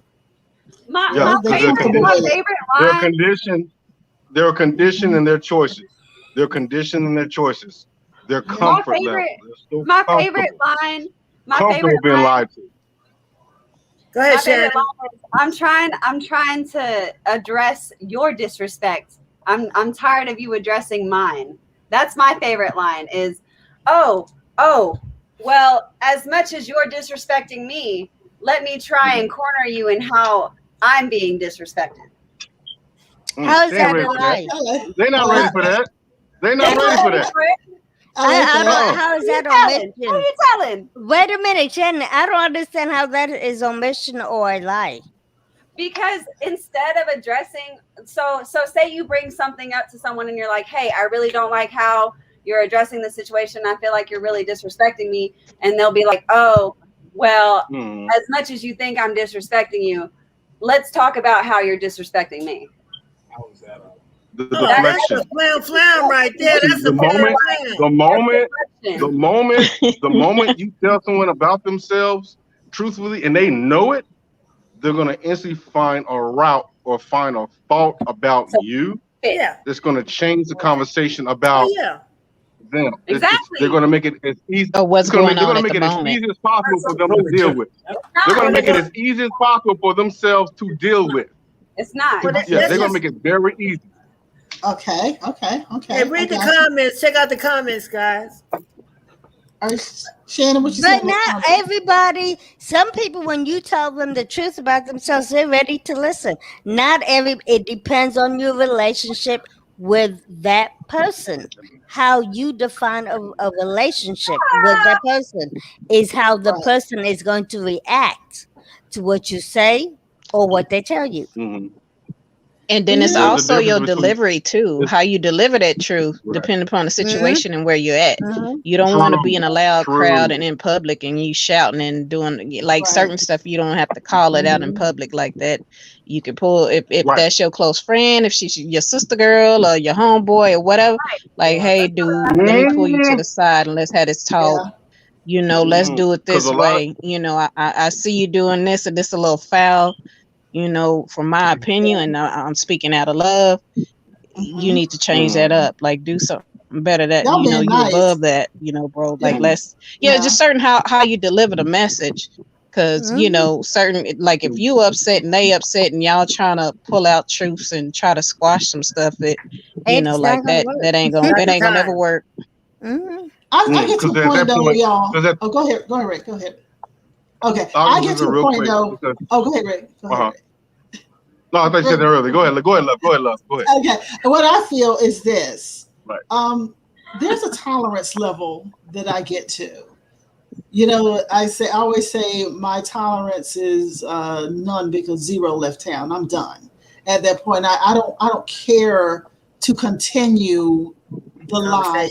And I just look at the person then and I'm like, you a damn lie. I might not say it out of my mouth, but in my head, I'm thinking, you a damn lie. And to me, it's really over.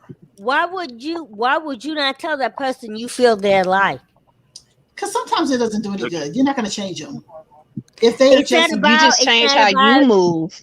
Yeah, you just change how you move. Yes, but right. I change how I move, when you don't when you don't say what you think, that's also a lie. So why do you get to keep what you have in your mind and someone else doesn't? Because no. I don't think it's a lie. You have to be. But see, a lie, they have to address you directly. Right, but you can't just give. Go ahead. I'm going to avoid an argument with a liar. If a person is that crafty, is a liar, and they lying like that, what makes me think that we won't have our come to Jesus or come to Yeshua meeting, and then at the end of that, I'm still not going to have a liar sitting there talking to me? So then I count my losses at that moment. I just say, this person lying. They don't stop. They just a liar. They're not gonna, because they are who they are. But like for me, if I feel somebody lied to me, I will say, hey, I think you're a liar. I don't want to deal with you. That's the end of the conversation. Because that makes you feel I ain't gonna never believe you again. I don't need to say that. Time for that. No. It don't have to come from my mouth. I'll show you in my action. No, I'm not saying you don't have to. Tell you. I can show you. But you don't deal with that person anymore. If you feel somebody is a liar, you don't deal with that person. Exactly. But so many people I know who will say that person's a liar and they still go back. Well, what do you expect? Yeah, they're going to continue to lie. Is it a relationship? That's exactly what I'm saying. Is it a relationship or an association? I'm just saying in general, whether it is because it's a relationship, whether it is an intimate, intimate can be intimate friend as well as I don't care who it is. I am to a point where in my life where I don't need to bicker and argue with people about who you are. At that point, I'm going to say, whatever I need to say real quick. Exit stage left, I'm gone. I ain't got to sit there and argue you down and tell you a lie. Hell, you already know you're a liar. I'm not going to argue you down, but the relationship is over. But too many people you will have that person like that. Okay, so why are you dealing with that person? You have to set boundaries. You have to let people know, hey, I don't think you're telling the truth. You set your boundary, and then that person knows going forward, okay, she's not gonna fall for the okie doke. I gotta handle this person differently. Does it mean that they're gonna stop lying? Probably not, but they're not gonna lie to you. Or they're less likely to lie to you, or they'll think about it a couple of times. But that's they'll something think I learned about it in a little bit before they open their mouth and tell the lie. Right. Yeah, but there's something I learned in business, y'all. In business, you can't put in that emotion. You work with a lot of people who you don't like, and you know that they're liars or they cheaters or whatever. And you cannot go off half-cocked talking about you a liar or whatever. What you have to do is, because you might have to cross back over that bridge. So what you do is, I see you. You gracefully get away from the situation. You go on, but you don't have to tell them, I know you're a liar. But in that situation, like you have to quantitate your relationship. If it's a business when I have a business relationship, you can lie as much as you want to, as long as we get the stuff done. I don't care about your personal behavior, because after 5 or whatever time we're off the clock, I don't have to deal with you. I have to deal with you to get something done, and that's it. So my emotions don't get involved in that type of person. Now, if it's I'm talking about a liar. What was that money you were holding on? It's about that money, getting that paper and business. And so what I'm saying is this: in business, it may be an intimate situation in business because it might be somebody you've dealt with for years that makes it kind of intimate. So therefore, what I'm saying is it's still the same. You don't have to go into detail with that person. You already can establish what happened. You can establish that you don't feel like this is going to work out, or even if you want to say that they are lying. I don't feel a need to get emotional though. I don't feel a need to go, you're a liar or anything like that. I just feel a need to say what I need to say and get the hell on. Give me my money and get the hell on. So you gotta watch how you work. You gotta watch how you walk. Also, you can't get ugly and emotional with people when you get money from them because they won't give you your money. That happened to me one time. This chick, I got emotional with the whole chick, and I told her about herself. This heifer jumped in her car. She snatched the thing out of my hand, the DVDs out of my hand. She jumped in her car. She almost ran me over, and she left the parking lot where we were meeting. And at that point, I had to go to the magistrate's office and damn near arrest this girl in order to get my money from her. So I learned from that. You don't get too emotional with people, because you don't know what they'll do. They might just rob you. She pulled a robbery on me.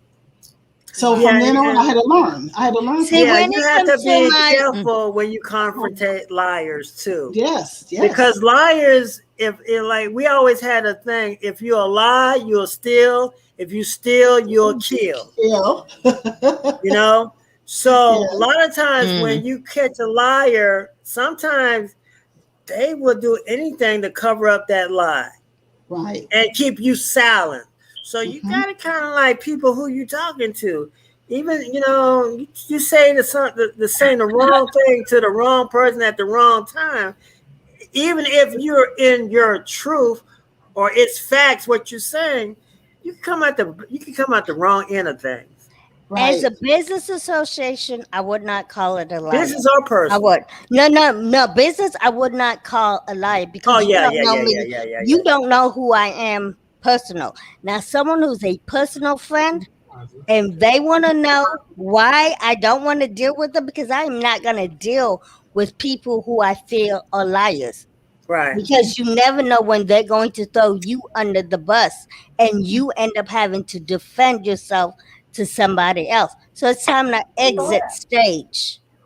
I think exiting stage is the best part. To absent yourself from the person. You don't have to naturally call a person out. I call people out that are like long friends who've been a long time. Or is somebody who is like my sister or my sons or my nieces or my nephews. Now, I will call them out, but our relationship is different. And I'm not going to worry about those people attacking me. But, sometimes even in a dating situation, I've had, you call people out and they want to fight. That's right. Be careful. You got to think about protecting the temple. At all costs. At all costs. So kind of have to be real careful. Some people's egos can be real fragile. And if pushed, they can do some crazy things to you. I mean, I've seen people being right, but they be dead right. Either their egos are fragile or overinflated. It just depends. You gotta, and you have to look at yourself. Why did I get involved with this? Oh yeah. Because they give you signs. They give you signs. If you're paying attention. But a lot of times when people fall in love too quick, they miss all the signs. Right. Hello. They miss all the signs. You're saying they blinded. They blinded for a minute. Oh yeah. I mean, when I got married, I missed all the signs. Because I wanted to be married. I want to do everything. Some of them signs as big as that, you can't keep ignoring that one. Some of them are big as that, you cannot ignore. You be like, that sign hit me right here. Look at Shannon. Shannon over there is having some come to Jesus moment. What's going on? Y'all talking about. You also have to realize that people around you are a reflection of you. So you can't just be like, I missed all the signs. Sometimes the people that are around you There are a reflection of you in some way or form. And when you have a person, when you have a problem with the person that's reflecting you, it's because there's something that you see in that person that you don't like. It's also in you. We have to be accountable for ourselves sometimes. We can't That's just put it all off on the other person. Blame her, Bernard. That wasn't true in this case. Blame her, Bernard. Blame it all on her. It was all on her. It was all her. But see, I'm a person who I get blindsided because I am Rebecca Sunnybrook Farm. Sometimes I'm like, everybody's happy. Everybody's straight. How y'all doing? I'm all in and happy, and then all of a sudden there's some troll that is feeling in their feelings about something, and I never know until it's too late, and then they do something crazy. And then I'm like contemplating the orange jumpsuit. So it happens like that, It happens like that sometimes when you don't see the person. Like be careful when you blame the victim. Be careful when you blame the victim. You know what I'm saying? Because there are true victims out there sometimes. I've been on the receiving end a lot. Because I am focused. A lot of times I'm focused on business. I'm doing me. I'm going on along. And there's some troll from another land who sees what's going on with me, and they be saying like, Hey Tanya, hold on, real quick. Hold on, go babe. What'd you say? I said sometimes we have to just stop being a victim and just be accountable for the stuff that happens. The shit that happens in our lives. The thing is, you don't know that you're a victim sometimes. That's what I'm saying. In my case, sometimes I don't know what's going on. I'm handling my life, and then again, here comes some troll from another land. And I'll say well, I mean, to a point, she's right though. I mean, if you're that busy, then you shouldn't have been in a relationship in the first place. You know what I'm saying? And I'll say, I don't mean relationship, just people in general, even friends or associates do stuff. Yeah, and I look at it like this: if a person like that comes into your world, there is something you did that opened that door. But that person, you. And I'm not saying in a negative way. I'm not saying it in a negative way. Exactly. Reflection on how do I protect myself much better. I'm not saying it. I will say this. I'll take that statement and say that sometimes, and I've spoken about this before. Sometimes you are open. You're open because you are doing things. There may even be a portal open, and there'll be some, again, troll from another land, that will enter and say, "Okay, here's my shot." And some people take a shot, So yeah, I get that. I get that. What I personally have to do a better job of is my 360 for trolls. I got to do a better job. Right. One of my biggest things that I've learned, especially like starting therapy, is once you get healthy boundaries, people try and make those out to be as if like that's a toxic trait. I like that. You know what I'm saying? Like, so once you start getting healthy boundaries with people who are not used to boundaries, they make it out, they try to twist it and make it out to be, oh, well, you play this up to, what's the word I'm looking for? You play this up to like your standard, like you twist it in order to, like, your narrative. Right. You twist it to fit your narrative. And I'm like, no, I have gone through therapy for a while. I'm still in there. I restarted therapy again. But you shouldn't even have to explain it. Yeah, exactly. These are my boundaries. Yeah. See, a lot of people, it's my story. A lot of people. I'm sorry, Bola. Go ahead. No, go ahead. No, I was going to I was saying. You go ahead. They're probably saying the same thing, Bola. Look, they're my boundaries, and it is to fit my narrative because it's my story. And so whatever boundaries are comfortable for me, because it's about me, I'm taking care of me. And if you cross those boundaries, they're still my boundaries, and they're fitting my narrative. that's okay. And I don't have to explain anything to you about it.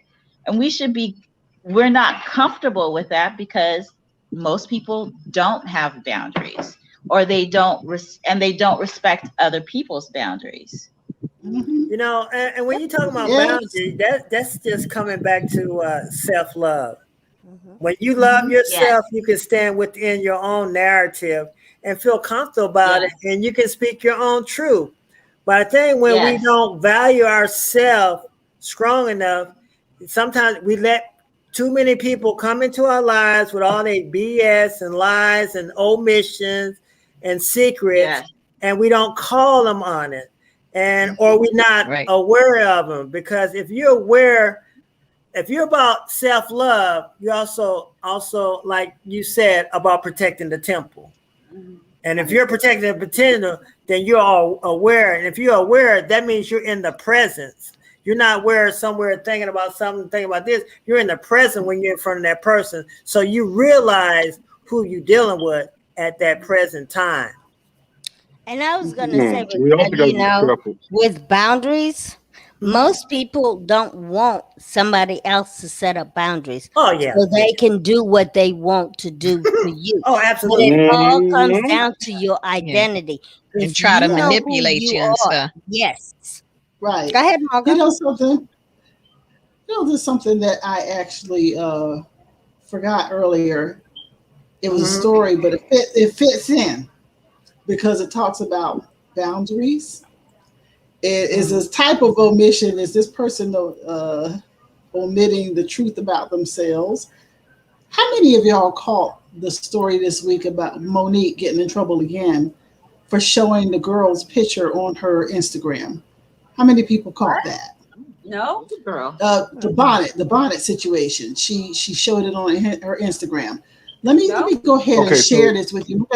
We're gonna bring it into the story. I'm gonna bring it in first, and then I'm going to allow you all to, see it and give me your I'm just gonna have you look at it, and then we'll look.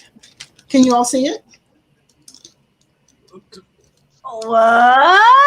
Oh, no. That is not a good look. So look at what Monique says. It's not the bonnet. It's not the bonnet though. Yeah, shout out to Monique. She says, "Hey, beautiful ones, no shaming. If this is the best you can do, no judgment, do you." This was sent to me as an example of what we're talking about that goes on in our community. However, if this is not your best, then do better. Being that ultimately the decision either way is yours. I love this for real. Okay, with that in mind, let me stop the share here. With that in mind, what do you all feel? Let me get off this. When it comes to that particular story, and when it comes to boundaries, did Monique herself go over a boundary by sharing that particular story? First of all, do you feel like the girl is out of line, lying to herself? I mean, what do you feel about that particular thing? I can hear your comments as we were showing just now. And like Shannon, you said it's not even about the bonnet no more because there was so much going on in that picture. So maybe, what do you know what? The airport minding her own business. Yeah. The girl could probably care less what anybody thought about her. I'm telling you, and that's why she ran up there. Yeah, so I mean,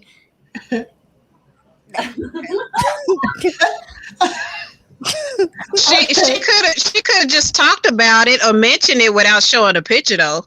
I mean, I felt like she could have at least went to the girl and tapped her on the shoulder like, "Hey, sister, your little dress or whatever you got on is up in the back. Just want to let you know." Just kind of told her in the air something so she don't feel embarrassed, but it ain't no telling if she feel embarrassed or not. But I think she could have talked about it, what she witnessed versus sharing the picture.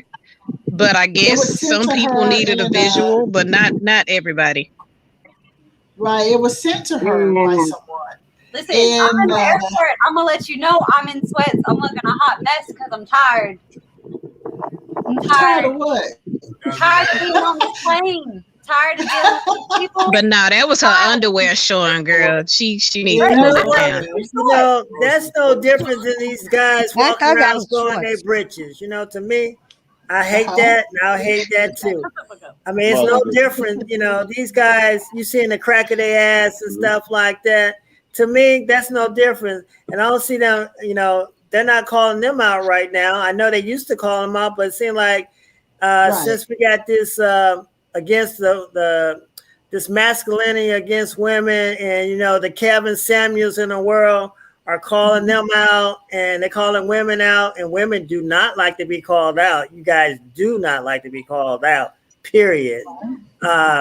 You know, you can call us out. You can call us short, simps, all kinds of stuff. But when we call you guys out. Oh, when we're short, we can't say a damn thing. We cannot say a damn thing. But why can't we call you out? You belong to us. I just gave you. I gave you all the opportunity. I'm giving you opportunity right now to call somebody. I put the whole thing out there for you. If you want to call the situation out, why you think I brought it to the store? It was classless. I mean the show, the store. You should grab her and slap her. What? But, yeah, and so the where the old ladies in the house? Where the church women at? Ain't none of them call that girl out. Yeah, and you know, hold on. First thing and foremost, it ain't up to anybody else to call her out. Yes, it is. It ain't up to anybody else to call her out. We used to call each other out. If a brother was out there doing the wrong thing, we said you're a disgrace to the race. We don't take accountability for our own people. We don't take accountability for our own actions. We all in this together, brother. We got to call each other out because white people let you go out there and kill yourself, and they don't care nothing about you. So we got to each other. But yeah, at the same token, there's a way that you call someone out. Like there's a way that you tell the truth. There's a way that you present. But sometimes hold on. So do you feel like that she was out of line? So do y'all feel like Monique? I feel like this. Somebody took a candid photo of my mishap. Without my knowledge, without my agreement, without an accord. And you took my picture, my photo, and make me an example. Well, say, I'll tell you what, homie, you better have a whole lot lined up about yourself. But you know, there's one thing though. There's one thing. It's like hold up. Like Monique been this put together beautiful goddess for her whole life, right? But let me say this. No, with film and with things which you're infringing upon someone, her face was not in the shot. Right. So even when we shoot things, if a person's face is not in the shot, we can take that. Yes, in a free game. Otherwise, we will have to get a talent release. Her face was not shown. Okay, so if somebody can recognize her ass, and they can. That back and the ass and the bonnet and the whole shape, somebody can recognize that from the. I know that pimple on that. Yeah, they can recognize every little thing. So they, Like I said, she didn't have to put that picture. She should have just mentioned it and then told sister girl, put your dress down in the back. Her man recognized that ass. That's for sure. Ooh. But I'm telling you, when it comes to legalities, if I'm a filmmaker, if I decide that I'm going to go and shoot something, I have every right to take that shot if the person's face is not shown. See, otherwise I have to blur it out. We're talking about law. And what I said earlier in the programming, the letter of the law. What you can do up to this point. If you do it up to this point, it's totally legal. If you cross that, then now we can have like maybe some reparations. Now, I mean, no, we can have some. You have a chance to sue that person. You can have that person sued liable. Right. The thing is, it could be legal, but what about your integrity? What about you have a platform. And so on your platform, you can choose to go low or you can choose to go high. You didn't have to be tasteless. You could at least She's got a barrage of followers. She has a barrage of followers that agree with her, and that was sent to her by a follower who is also tired of the same thing. And so her to show it, she showed it and she said, if this is the best you can do, do you. That's what she said. If this is the best you can do, do you. Okay, Tanya. Okay. Number one, this is it. We're in the age of snapshot everything so it can get on YouTube, TikTok, or whoever's platform it can, and I can get paid. So the laws will eventually get changed because you cannot go around just taking people's pictures like that. Do it all the time. But like she put that lady. Thank you. How do we know that lady had not been bending over to put her suitcase up and her dress went up? We don't know the story, but we don't know the story. That. We don't know the same thing when it shows up on the 6 o'clock news and you accept it there. Sure do. I don't watch the news. I don't accept any of that. I don't either. But I'm saying that's what happens. But that does happen. Yeah, when so you're talking about there. Yeah, when you're talking about integrity, that's it's kind of like a slippery slope. That can be interpreted different ways by different people. But when you're talking about the letter of law, it's cut and dry, so to speak. Because it's saying that you cannot use their face. Because I don't know any machines out there doing ass recognition or boob recognition, but they all doing face recognition, eye recognition. You know what I'm saying?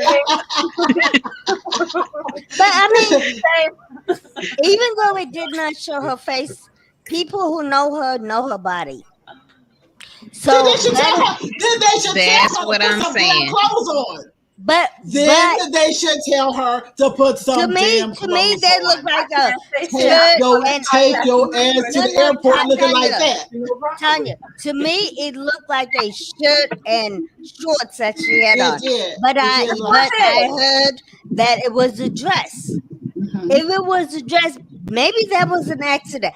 I don't want if my accident to be on public view as this should be. Bola, you better stay at home, then. Let's just say hypothetically, let's just say that was a dress. Did you see how short it was? Maybe she just forgot to pull it down when she left the bathroom. Who cares? No. Do I need to bring it up again? Do I need to bring it back? Because it was Go ahead. Bring it back. Okay, let me bring it back.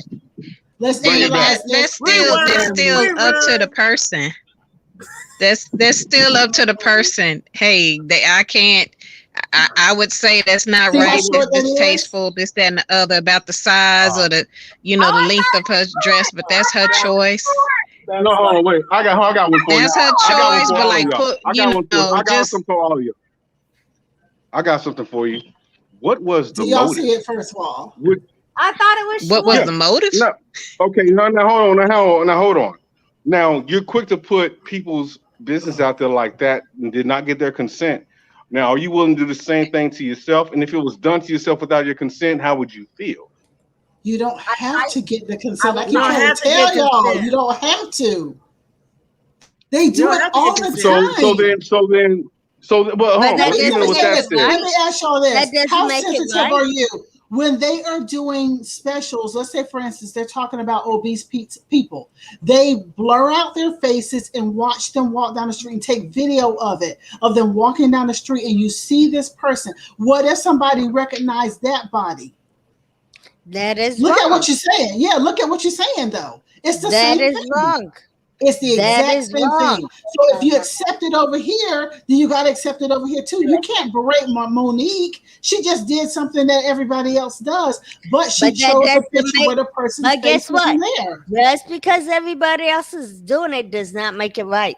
I think that y'all are you're measuring in the minor because of the point that's being made. The point was the bonnet and the way that we're dressing when we're going out. You're measuring in the minor right now. But guess what? So then why can't words be as effective as a picture?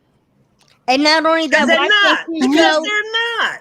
That's simply not. A picture has like 1,000 words. Anybody knows that. But guess visual what? is 100 times stronger than the written word. But if Monique was only talking about the bonnet, she would have shown somebody with just a crazy bonnet. But that this was sent to her.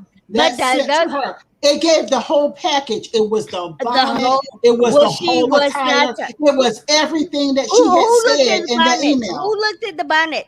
Nobody looked at the bonnet. It was everything that she had said. Because if you look back at that original post, she didn't just say the bonnet. She said the whole different attire, the house shoes, everything. Go back and read it. She mentioned the whole thing. Okay. I had to look at the bonnet though. And so that lets me know. I'm just gonna wear my head wrapped in a cape. If I'm at the airport.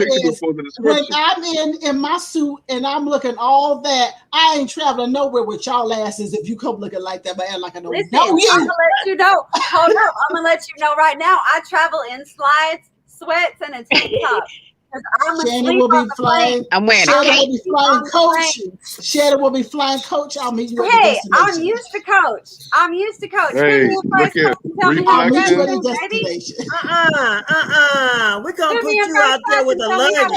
We're gonna put you back there with the luggage. I came from an era where we dressed up when we were traveling. Oh yeah, it's what we did. We looked nice when we were traveling. Even if you travel, in the car, maybe you can just down a little bit. But when you were taking yourself to an airport or even a bus station, you needed to look presentable. Now folks have gotten, I'm just call it for what it is. It's lazy. I look just as good in some sweats and some slides as I do in a dress. I think that we putting you in the baggy claim. You better change clothes when you get to my office. That's all I know. You better change before you do my graphics nice for you, girl. I'm a dress nice for you, girl. Don't worry. Come on in there looking good. Looking good and smelling good. I'm gonna do my eyebrows and everything for you, girl. Don't even worry about it. This eyebrows gonna be done and everything. But I just said I just came from that area, y'all. She gonna say, "I'll be ready." She ready. She ready. But I'm just saying, ready. There's some things. Hey, let's go to the comments. I got somebody said, somebody asked me, was I a short simp? What's up with that? I had to call Tiana McCoy out. Hey. Tiana didn't say nothing about no shorts, sir. But yes, you did. Are you a short simp, Bernard? You sure did. But not wearing shorts. All I can do is say my magic number is 7, okay? Well, go ahead and hit a lot of these comments. Go ahead and back up on the average. She said the church women were probably at church. Read before that. She said, they were probably at church. Bernard. Hell to the nah. That's what you want to respond to. And then she put it out there. It's a constitutional right to be able to film in public. If you're in public and you're not to be filmed, it's not the photographer's issue. And then I don't know what she was responding to, but she said, well, I might be a machine. I'm not sure what that was a response to. But the thing is, I totally agree. Heartless. Myself as a a filmmaker, and I am taking a shot, and even you step into my way, and you're in the way of my shot. I'm not even if I'm not shooting you, you just happen to get in my shot, and you look in a hot mess, and I don't have your face in the shot. I'm going to use that footage. And if they recognize your butt or what have you, that's not my problem, I want half of what you make then. Hey, say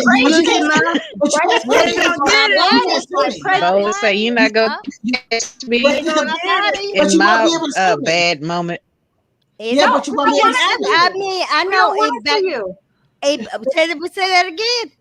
No, because I know back in the day, I remember walking on UT campus, and it's happened to me before. I've seen girls come out of the bathroom not realizing that their skirt was up in their pantyhose, so everything was showing. Right. Did they want somebody to take a picture of it? No. So somebody ran up and said, hey, or pulled their skirt out.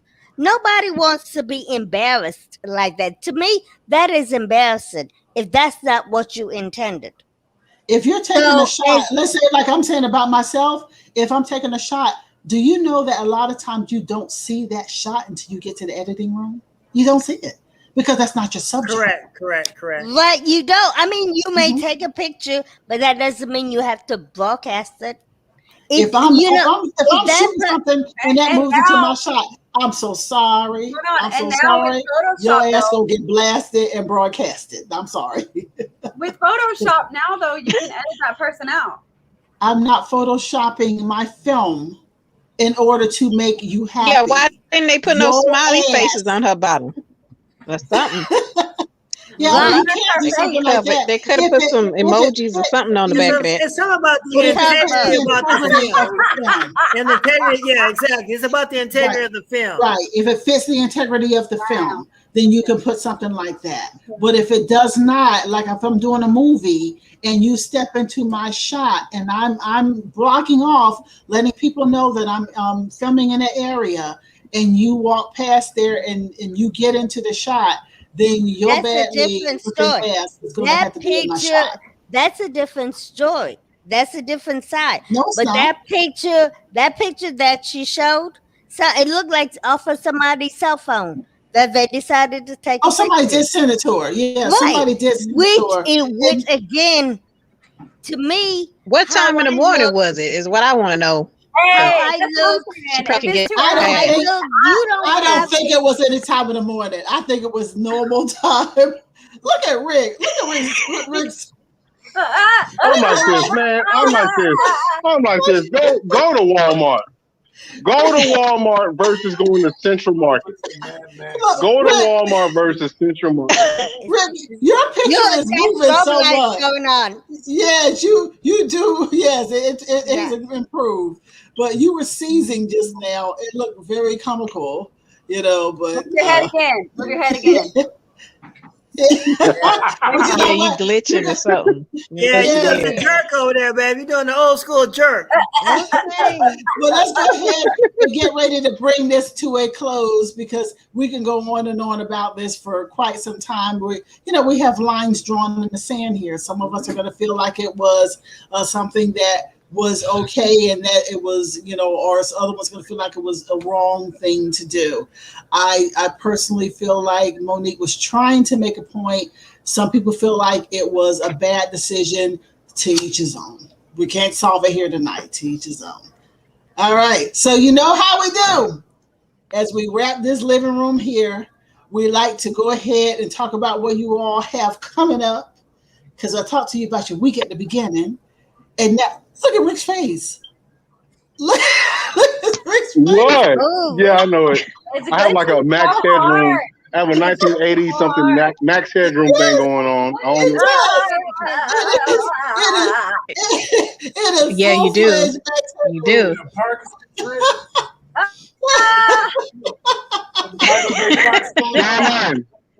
Shannon, 3 words. Shannon, 3 words. I hate you. Damn it. Actually, it's 4. Actually, it's 4. I'm just letting you know how you look like. Well, you might want to go in and go out and come back in because it's not stopping. So just go out and I'll choose him last. Okay, he's out. So y'all, let's talk about what you all have coming up this week as we end the show. We end yet another living room. We'll start with what's on top there, which is Element Rose. Shannon, what you got going on, girl? What's happening with the business?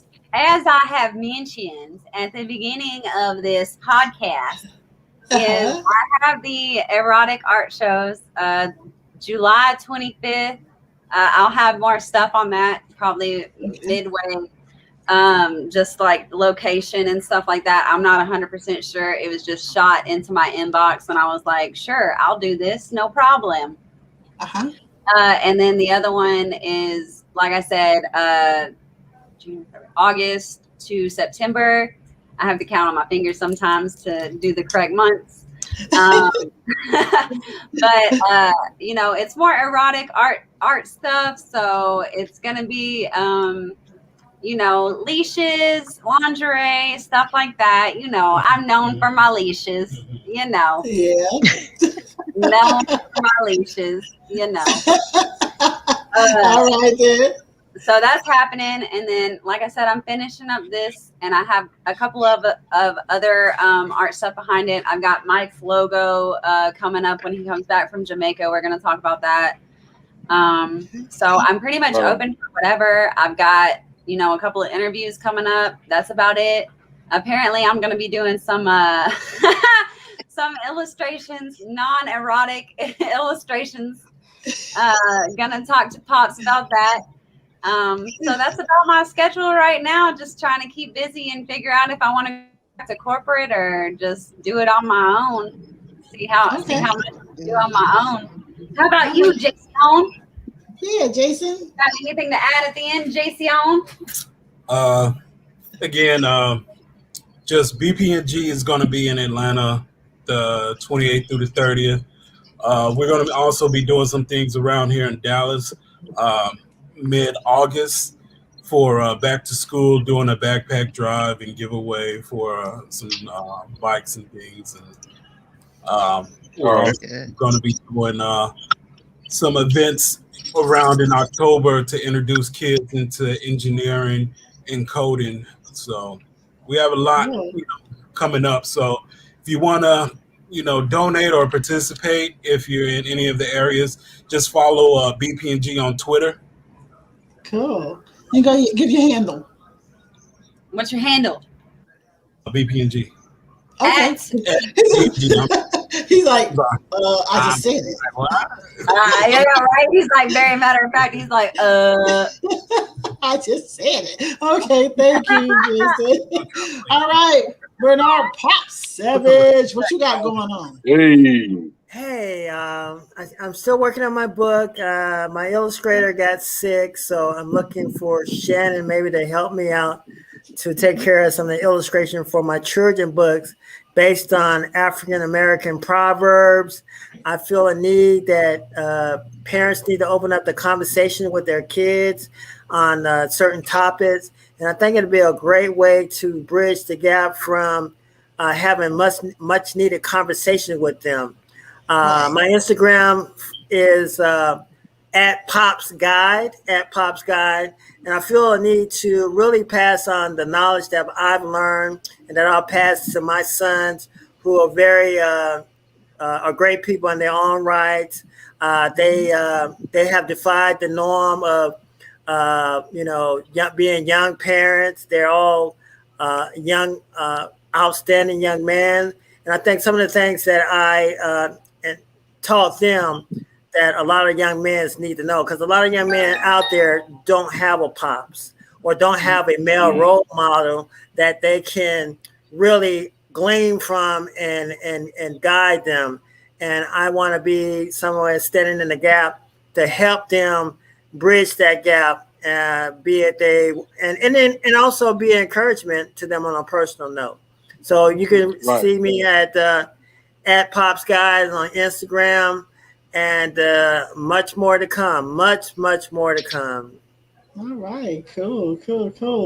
All right, well, I'm going down to Bola. Miss Bola, let's talk about what you have coming up, what you got going on. You got my thing. Okay. I am Coach Bola. Well, I am a certified ordained life coach minister. And what I deal in a healing and in energy cleansing, I help that woman unmask her identity, transform her relationship, and align the mindset. What I had to go through was I got stuck in my one person had told me that I have 3 strikes against me, and I didn't realize I let those what she calls strikes hold me back. And by uncovering, looking at those strikes, we've been told as kids or as young adults how to move past and beyond that. So I coach women in that and moving beyond the lies. And another thing I'm working on is a nonprofit for Sierra Leone, is to do computer training in the schools. Because I know one of my cousins said they don't have computers, so they're doing written, and they were talking about Palm Pilots, and I'm like, Palm Pilots, that's what I use. They don't use Palm Pilots. I know Shannon's looking at me like, what is that? And so That's back in the day. That's back in the day. Back in the day is where you keep your appointments. Right? That's what they're learning. Palm Pilots. Oh my God. Yeah. And I was like, there's no way the country can, be on the playing field in the market when it comes to business if they don't even know about using computers and things like that. So that is one of the nonprofit I'm starting when I get back home. Okay, cool. All right. I'm going to grab Veronica before she falls off again. Ron, you been watching the show? What do you think about what we have going on tonight? What's your comment? Lord Jesus. God is my witness. Lord help. You think we made our points tonight? Some have been on point. All right, cool. All right. Well, thanks for being able to come in for a moment here. Rick Ness, what you got going on coming up here? Hey, same and growing as it ever was. Hold on, what, Veronica, you said something? I do, Tanya. I want to thank you for a whole lot of your input. And thanks. everybody up there input. But there's a lot of stuff I learned. Y'all was feeding it to me. And I was looking at, there were some things I did not agree with, but we'll do that on another show before I glitch out. Okay. Right. Thank you for everybody. Thank you for your input. Cool. Thanks. Right on. Thank you so much, Veronica. All right, Rick Ness. Right on. Like the saying goes, everything is for everybody, just like myself and everybody on this panel. But nonetheless, it is as it ever was and ever growing and changing as it ever will be. Saatchi Arts, Rick West, pushing the brush alongside my sister Shannon. Just look for me on my IG, Rick_Adams with an S, _West. Seek and find, and hey, enjoy yourself. My art is there for you. All right. Thank you, Rick. Okay, Marco, what you have coming up this week and more? And, I forgot to even ask y'all about the holiday, what you had going on for the holiday. So what's going on with you, Miss Margot, coming forward? Uh-oh. Margot, you there? She's pop locking. Yeah, she's frozen. Pop locking. Yeah. She's pulling a Rick. Hey, doing a business venture with my sister. Really looking forward to that. I'm usually a part of the creative consultant with that. So joining her with party planning, big event and some and stuff. And pretty much trying to get back into writing more of my poetry and just trying some new and different things and getting back into writing. Wow. All right, poor Margot, she's falling off too. So, what's that? We say, Veronica? But I says, anybody getting any water this weekend? Oh, getting into any water? Go to the beach. Anybody going to the beach? Yeah, in a movie. Yeah, yeah. I'm not going to the beach or anything like that. I'm just going to in my head, baby. Yeah. Right. July celebration. I'll set it up. Well, as far as myself, y'all, I can't speak on a lot of things, the bigger projects that I have coming up, but I can tell you this: always and forever, Tandyland is my film production company, and so let's watch this.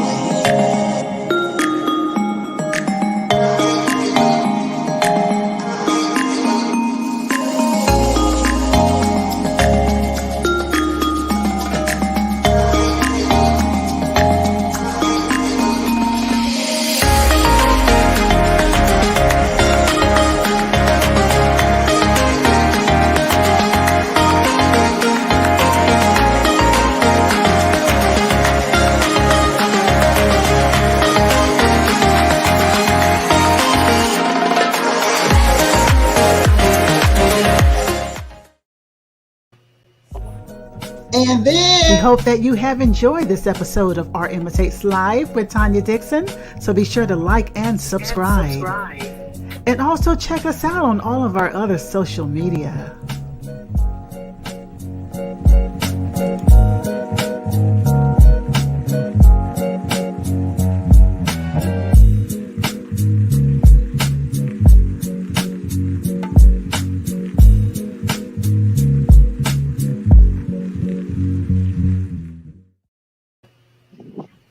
Hey, welcome back. Hey. So, if you would like to be a guest on the Soul Spotlight, we do feature artists and companies and sports, entertainment, what have you. You can reach out to us at info@tandyland.com.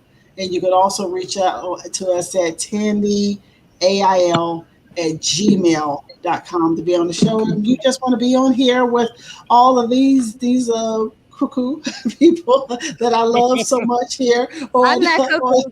The rest of them are. The rest of them are. You can make sure that you reach out to us at those same as well, so that you can be a part of what we have going on. I actually do have, I'm just looking, where is the information? I actually don't have it. I'm getting some feedback. Who's got feedback going on? Is that you, Rick? It's always Rick. There you go. He got it. Okay. No, it's not Rick this time. It's Bernard. It's Bernard. Never was. No, it's not Rick. Happy 4th, everybody. Okay, happy 4th. But coming up this week, this Wednesday, the Soul Spotlight, we have Devontae Thornton. He's out of Dallas. He's going to be featured on the Soul Spotlight. We are going live, so stay tuned for that. And then myself personally, I am on the relaxation tour, which I am, again, venturing back into my art and everything, and here on the relaxation tour. You'll find out pretty soon, very soon, why there had to be a relaxation tour. But thank you all for tuning in for another Art Imitates Life. We ran a little long. We had a lot going on, a lot of topics. I never thought that you all would get so heated on some of the things, but the thing is, I'm glad that you have passion, that you have the ability to come forward and talk, because I'd rather have a mouth that talks and gives me even opposition as opposed to omission. So thank you all again. Anybody, any parting words about the 4th before we go? Happy 4th. Just happy 4th. Happy 4th of July. Be safe. Yes, happy 4th. And be considerate of veterans and people who have dogs in your neighborhood when you're setting off fireworks. Thank you. Exactly, because my dog can't. Defund the dogs. Defund the dogs. You're wrong. All right, y'all. Thanks for being here in the living room. I appreciate you all so much. And thanks you all out there for watching another edition of Art Imitates Live with Tanya Dixon. I am Tanya Dixon. You all have a beautiful week. Have a beautiful holiday weekend. And we'll see you next time on Art Imitates Live. Y'all say good night. Good night. Yeah. Hey.